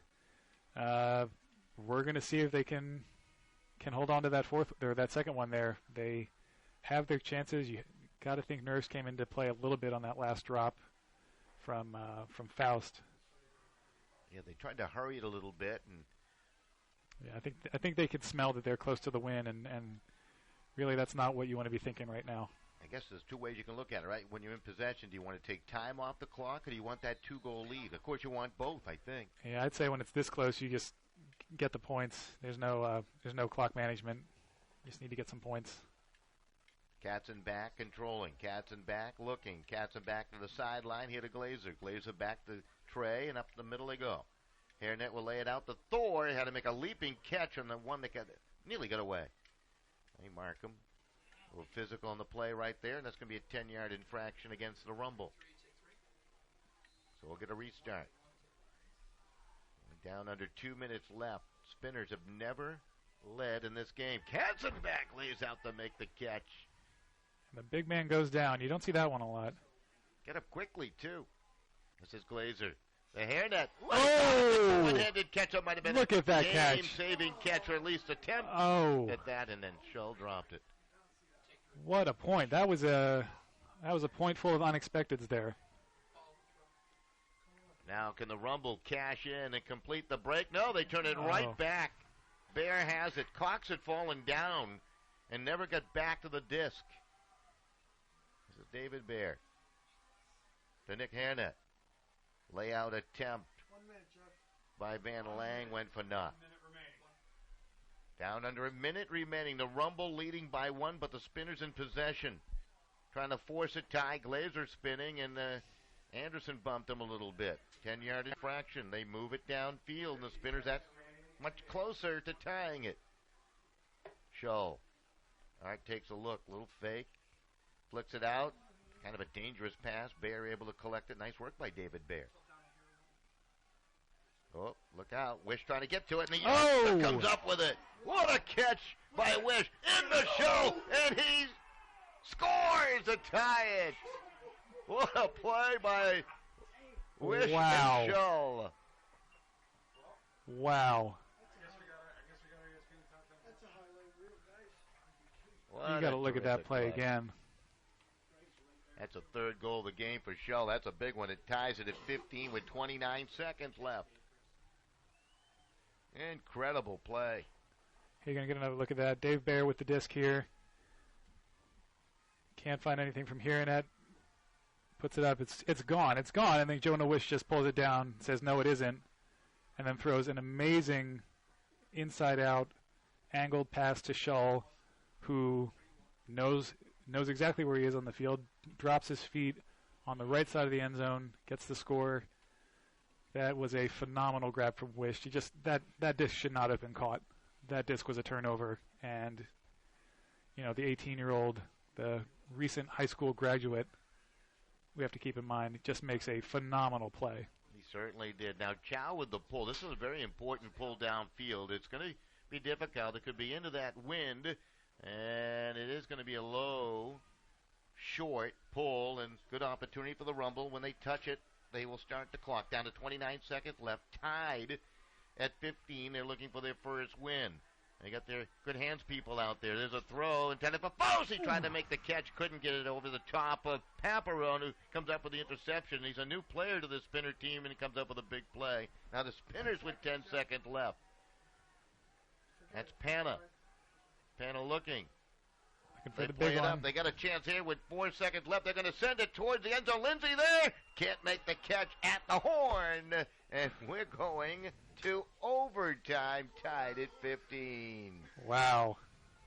Both teams had their chances on that last point, Don. They, Wow. Got to feel like New York squandered the opportunity there. Got to feel like New York knew they were right on the edge, just about to get their first win, and just made an ill-advised huck, an ill-advised deep throw. That's a missed opportunity. That's too bad. We'll take a break. We'll be back with the overtime period right after these messages.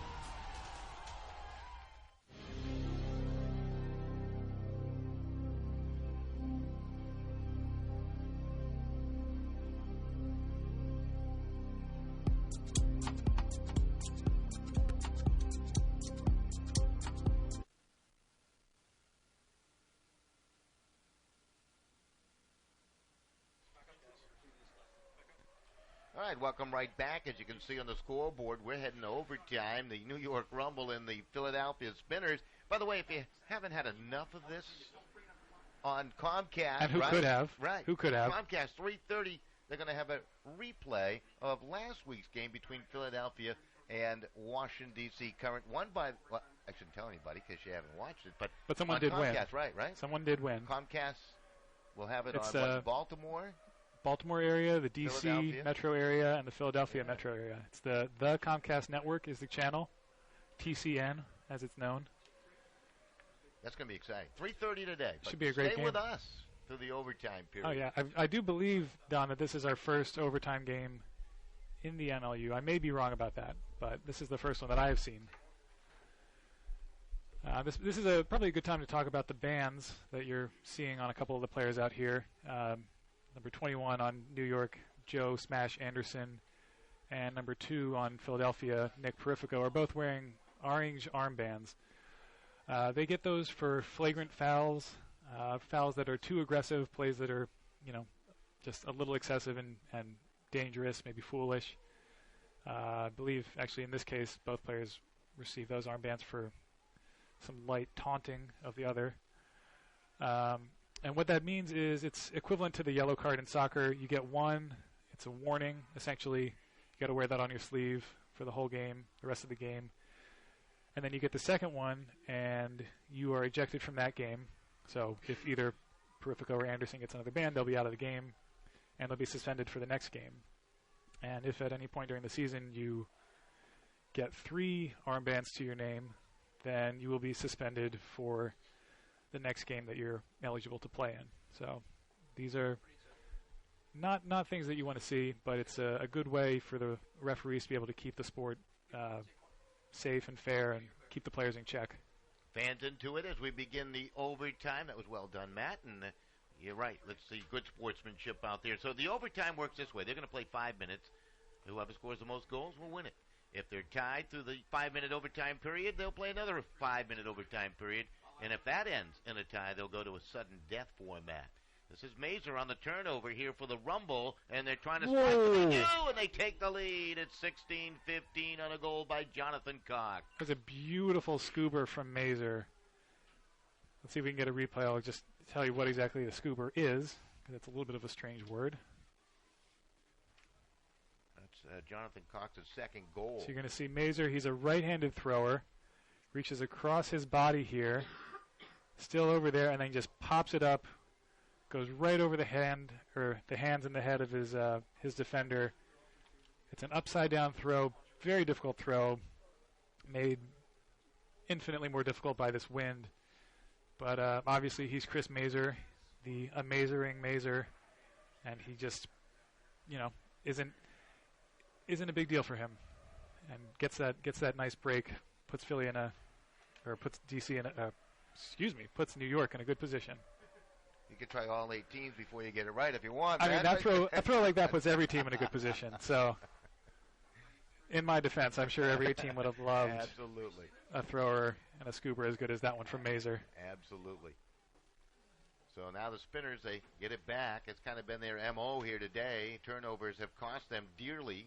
Go all the way back to the first quarter when they fell behind 3-0. Their first 3 possessions, they turned it over to the Rumble, who have taken advantage of mistakes today, and they have the lead here in overtime at 16-15. Obviously, the Spinners able to regain their composure to force the overtime. Now Bear up to Shull. Shull's going to take a look, fakes the pass down to Katzenbach. That's not fair to do that to Trey. Trey had to slow on down. Well, Trey can handle himself. There he is, waiting for a pass. He's got it. And in, nice touch, and it's caught by Jonah Wish. That's the first goal as a professional for Wish. Is that right? Yes, indeed. Well, he's all over the place. It's just a matter of time before he gets that first one. Can he keep the disc? I don't know. We can put it in a trophy sign case. it. He can sign it for himself. Rub some dirt on it, whatever he wants, make it look authentic. How much does a disc cost? I know at a baseball game, and they go out of the ballpark, especially at the high school level, everybody's moaning and groaning. It's like $4 or $5 a baseball. Wish makes the catch there. Yeah, there you see Wish's nice grab. That's a pretty easy grab, but Trey made that one happen, and Wish just finishes up the play for him. The disc, the Innova Pulsar, is pretty cheap to get your hands on. Cheap in price, not in quality. Obviously, it's a fantastic, inexpensive. Thank you, inexpensive disc. Available at the MLU shop. with your favorite team's logo on them. Nice plug. Good thank job, you. Yeah, well, man. you gotta get it in there. Trying to figure out if Jonah Wish is 18 and Trey is 42. I think that's I'm gonna get this wrong. I think it's a 24-year age gap.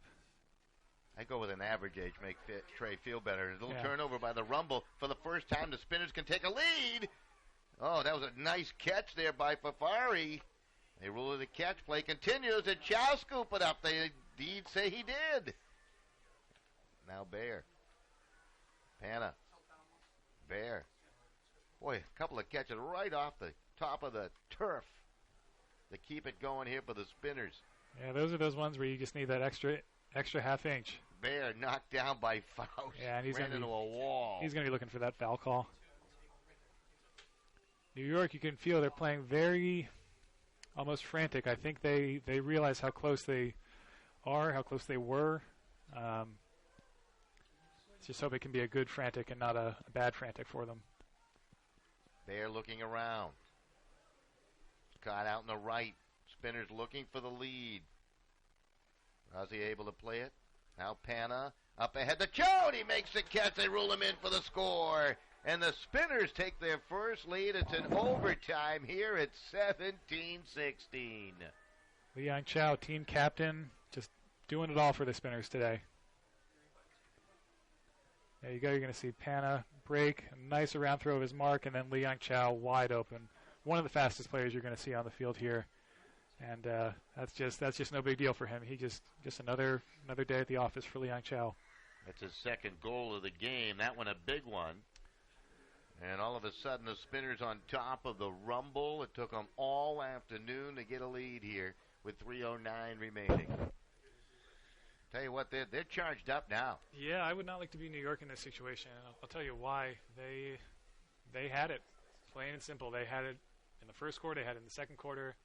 And they've allowed Philly to hang around in that last possession of the fourth quarter. They could have won it. But now they've got to be feeling some sort of pressure. Still plenty of time remaining to take the optimistic viewpoint, I guess, of it all, right? And they're in possession. Good, clean possession here. They can knot the score again. This is Heyman. Heyman looking. They got some skilled players out there. Nice catch coming back to it by Gillies. He floats one up kind of dangerously. Cox trying to get underneath it. The defense is there, and that disc will just float away from all. Yeah, it just seemed like a bad read on everybody's part.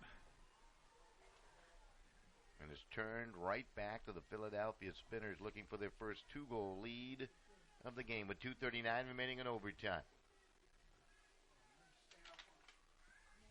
Here you might be seeing the Spinners cool come into account there. Well, spoke too soon, but... Yeah, Mazur with the interception. The big steal. Litauer. Looking. Litauer's got to get rid of it. He's going to have to hurry it. He will.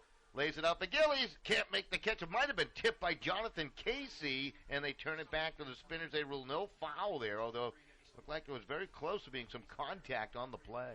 Yeah, it was a pretty good D. I guess it wasn't clean enough. It wasn't enough contact to call the foul. Casey had a pretty nice play. Came from behind on Gillies there. Down under 2 minutes left. Spinners pinned back towards their own goal line. Matter of fact, that play started from the end zone. Up the sideline they come to Lindsay. They continue to work the sideline, but Chow throws it away. Kind of careless on that pass. Litauer had to go dig one out. This is Faust. Faust upfield to Heyman. We got a whistle. Ooh. And Heyman on a still play that was blown dead may have got banged up going after that. Yeah, he still came down with it, but he paid the price on that one. Hopefully he'll be okay.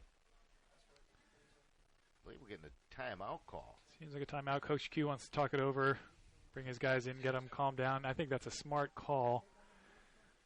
You got to look at the pace of the game here and think they're tired. They've already played 4 quarters. New York was traveling yesterday. Supposed to be playing D.C. last night, so they are tired. And that's going to affect their decisions. They're going to have a lot of those drops like they have been. And I think what Coach Q needs to get them to do now is just calm down, play their simple, easy ultimate like they know how to do, and just take care of business. They continue to talk strategy down below. Just want to thank all our fine sponsors today, Matt, for doing, yeoman work behind the scenes, really, to make this all possible. Absolutely. The MLU, MLU Shop, and we'll mention that one more time. Gear up for your favorite team at shop.mlultimate.com and use the game day only code, thank you, MLU, for 15% off discount. So there you go, 15% off. Thank you, MLU is your key phrase to remember. Yeah, a lot of great stuff in that shop, and more every day from what I hear. More coming up. Elemental Technologies, 5 Ultimate, Friction Gloves, ML Social Networking, of course. Ulti Apps, important. Ulti Folder. We didn't talk about the Ulti Apps. We'll get to that later because we're in overtime here. This is Lit Tower trying to chase it down. Rumble in possession. But down by 1 here in OT. They only got 74 seconds to work with. You've seen that matchup again of number 64 Braz on Chris Mazur. I guess Coach Maroon likes what he's been getting from that matchup from Braz. Jonathan Koch guarded tightly by Panna. Out the Faust, under a minute remaining. Under 60 seconds left. Heyman. Up into the middle, they work it. What can they do now? They're so close to tying it here. Time ticking down. This is smart, taking some time off. Patient play, and they score. Nice touch, edged in there by Faust and Jonathan Cox. That was a critical play right there, not only because they scored, but because they scored quickly. If they had allowed, if they continued to swing the disc, allowed more time to come off the clock, that would not be good news for New York. They need all the time they can get on this next possession. How about Jonathan Cox with 2 goals in overtime here, 3 overall in the game? Yeah, you're going to see the goal. This is Faust, number 41, just loops it around to Cox. And Cox, I don't know if it's too soon to call him Mr. Overtime. Certainly not a lot of competition for that nickname yet, but having a good couple minutes here. So we're tied at 17, overtime number 1. If it remains tied, we go to overtime number 2, a 5-minute overtime. And if they're tied through the second 5 minutes, sudden death. That wind really howling now. This has got to be it. Mazur down. Remember, the spinner's very good working that clock. And they're in possession here in a tie game. Hold on to those friction gloves. This is Katzenbach looking. Katzenbach in some trouble. He was well marked by Faust. Forced a little short pass to Glazerback. The Katzenbach, the wind just took that away. Had so much spin on it, it was deflected. Faust, very good defensive coverage. You don't see that a lot from Katzenbach, number 25 on the spinners. He is, they have a couple players like him who are just rocks. You can depend on them to grab the disc and not drop it, but clearly that was not his point. Faust will control it. 18 seconds left. The Rumble looking for their first win. If they score, they may pick it up. Faust hammers it. Here it's we go. Going to curve towards Heyman. Reaching up. Did he make the catch and bounds? No. Drifted out of play, and it is back to the spinners with 2 ticks remaining on the clock. You may see a little Hail Mary downfield. Yep. I'm not quite sure what's happening. None of the spinners are running down. I think they're just going to let the clock go down, and we're gonna see him again. Going to another overtime. We are tied at 17. It's been a good one on MLU Live. We'll take a break. We'll be back with overtime number 2 after these messages.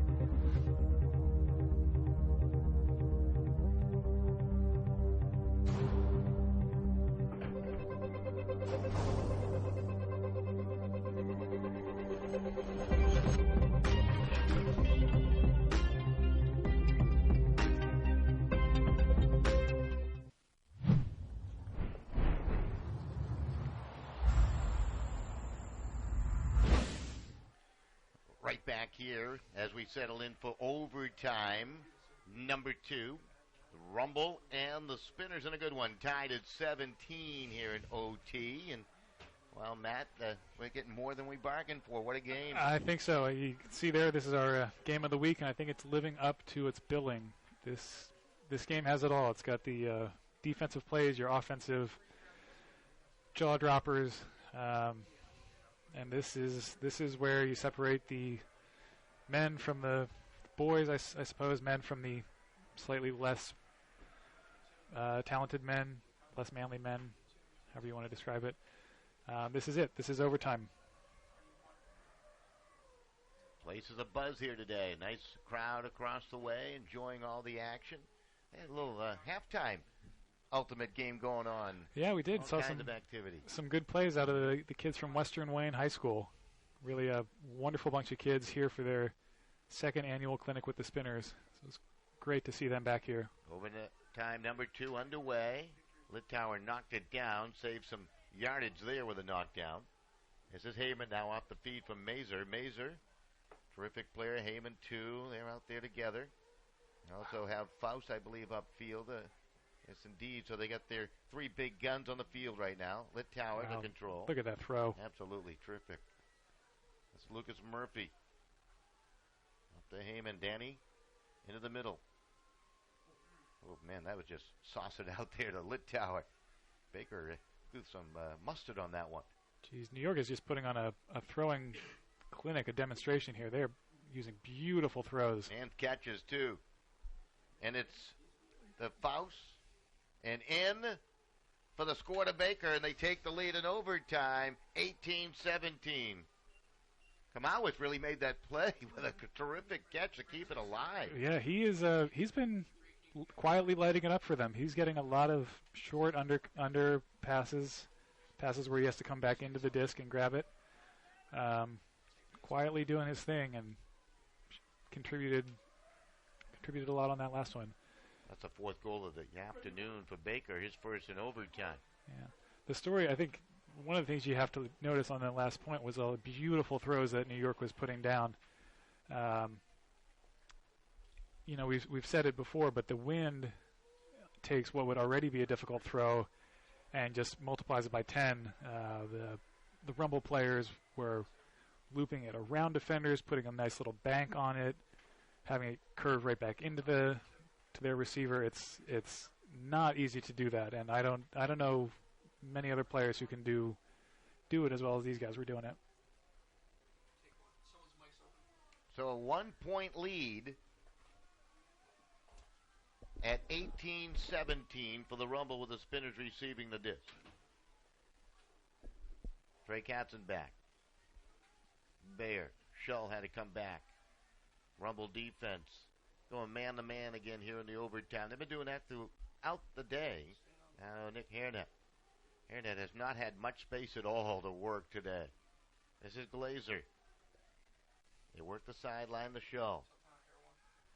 Fakes the pass. And flicks it on back to Hairnet. Seeing that little swing left and right. Little dump passes by the Spinners. Little give-go from Hairnet and Dave Bayer, number 20 there. That's one of the things that this Philly team can really do well. Let's move the disc, just not that time. Hairnet threw it away. I think they were, be fair to Nick, his teammates kind of adjusted their angles, and he threw it in between 2 of them. Yeah, it looked like a little miscommunication from the... Bronner to control it now. Bronner to Lucas Murphy, and they got a wide-open player in for the score. There it is. The Spinners never got back on defense, and it's a 2-goal lead as Jonathan Cox on the receiving end again. That's his 3rd goal here in the 2 overtime periods. Jonathan Cox, Mr. Overtime. I'm going to make that a thing now. He is lighting them up. I mean, he was wide open. Yeah, I'm not sure what happened to Philadelphia there. They stopped for some reason or something. You're going to see Murphy gets that disc, and Cox is nobody within 20 yards of him. He could have, done whatever he wanted in that space. Well, some miscommunication by the Spinners when they had the disc in their possession. They turn it over, and they never get back defensively, and really it was a numbers game. Rumble just had too many numbers forward. It's hard to beat that. And when throwers are this good and the cutters nowhere to be, that's a pretty winning formula.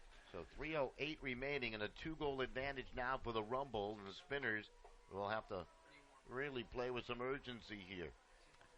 Interesting, we're not seeing number 7 of the Spinners, Nick Hieronet, out on the line. He's usually their most dependable handler, one of the top throwers in the league. By all accounts, really a phenomenal player, just sitting out this point. So we'll see what that means for Philadelphia, how the rest of their handler group can make this happen. David Bear wants them to spread out a little bit, I think. Pan is going to try to find an open spot. Bear's going to go back to the middle. Taken there by Michael Bear. So the Bear brothers out there together now. Yeah, you usually don't see them together. Dave Bear's more of an offensive player. Mike Bear as a defensive player. Thor goes way downfield. Just flicks it. Hangs it up there. Shell, can he get to it? Well defended, and it's going to be knocked down. There was a little push by Wycus, and they did call it. Yeah. That's a good call by the official. That looked pretty obvious. Mm-hmm. On the hip. Pushed him on the hip. Not quite sure what Wycus was trying to do. He had a good shot at a clean D, I would think. Now the Spinners down by 2. Oh, look out. Came back to Bear. Throws it high. Oh, Stephen Thor. That was a big catch. Thor's another one of these guys. You don't say his name a whole lot, but he throws it away. Well, of course, as soon as I say that, but Thor is a quiet warrior for them. Well, Shell kind of cut off his route. Just not seeing the coordination we're accustomed to from the Spinners here when they have the disc in their possession. Things just breaking down on them. That's the obvious. We got a timeout down below with 2:07 remaining. And 19-17, New York Rumble lead. It's going to make next week's game, if this score holds true, huge for the Philadelphia Spinners if they want a chance to keep pace with the Boston Whitecaps. Absolutely. They, I believe the Spinners would still be in second place if New York gets their win today. They'd be 1-3, and DC would be. See if they continue to take a beating up in Boston, they would be 1-3. So Philadelphia would be an unexpected 2-2. I'm not sure a lot of people would have thought that, but that would make that Boston game pretty critical. If they could pull that out, that's a pretty good indicator that they might have a chance at the conference. But that's what makes these next 2 minutes pretty critical.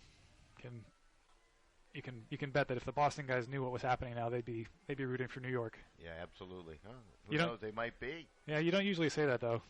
Boston and New York rooting for each other, but I think when it comes to the standings and the math, sometimes you get over that.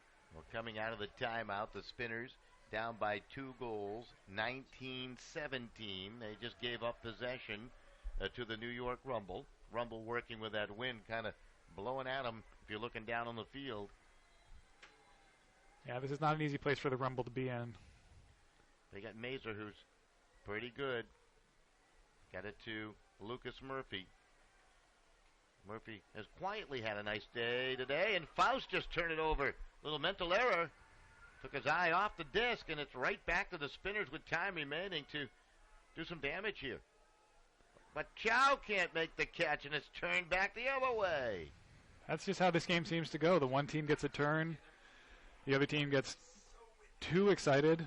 You know, the wind is playing a factor in this for sure, but a lot of back-to-back turnovers. Gillies with a two-handed catch.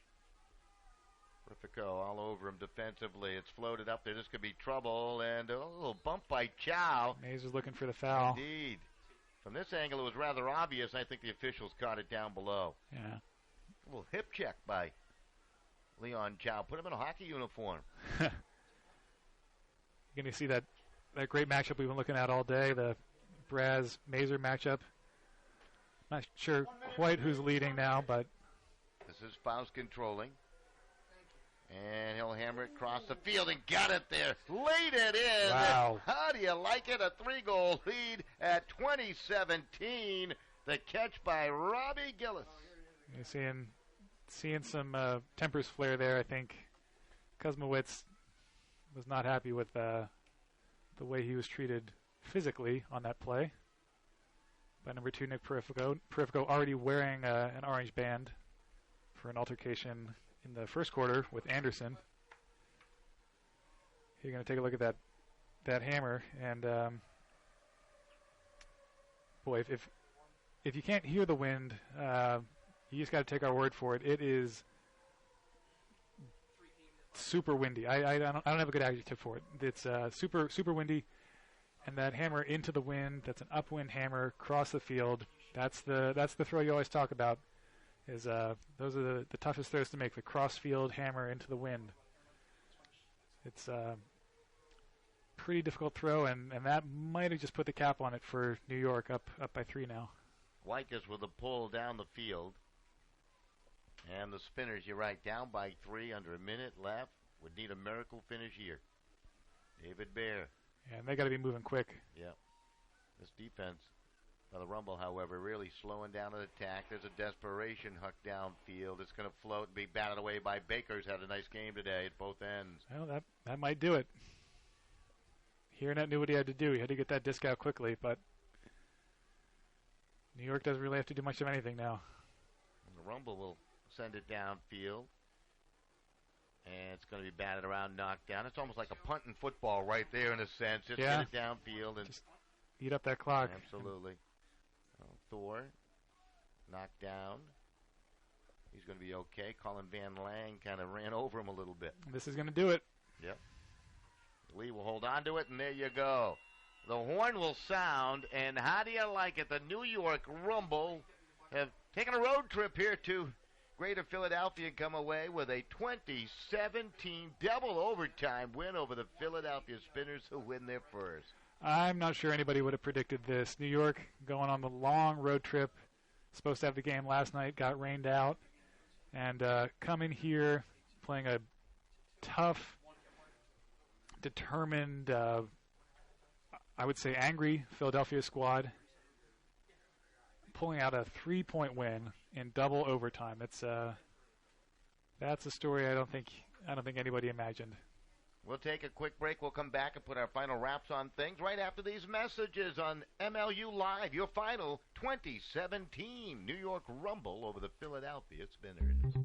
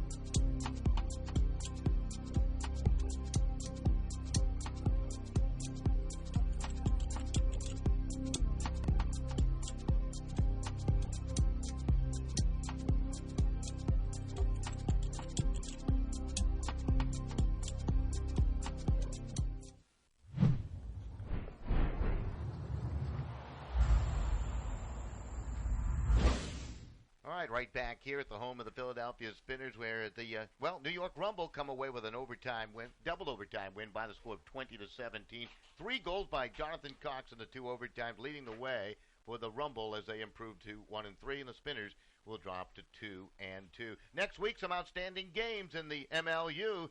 Look for them in your local area, of course. We'll have a couple live games for you on MLU Live. Vancouver at San Francisco, one of our feature games on the West Coast. And, of course, Philadelphia and Boston here on the East Coast next week. In between, it's some good ones with Washington, D.C. at New York, 7 p.m. on Saturday. And you have Seattle at Portland. So should be a great weekend, next weekend of MLU Live. And, of course, MLU right here is here to stay.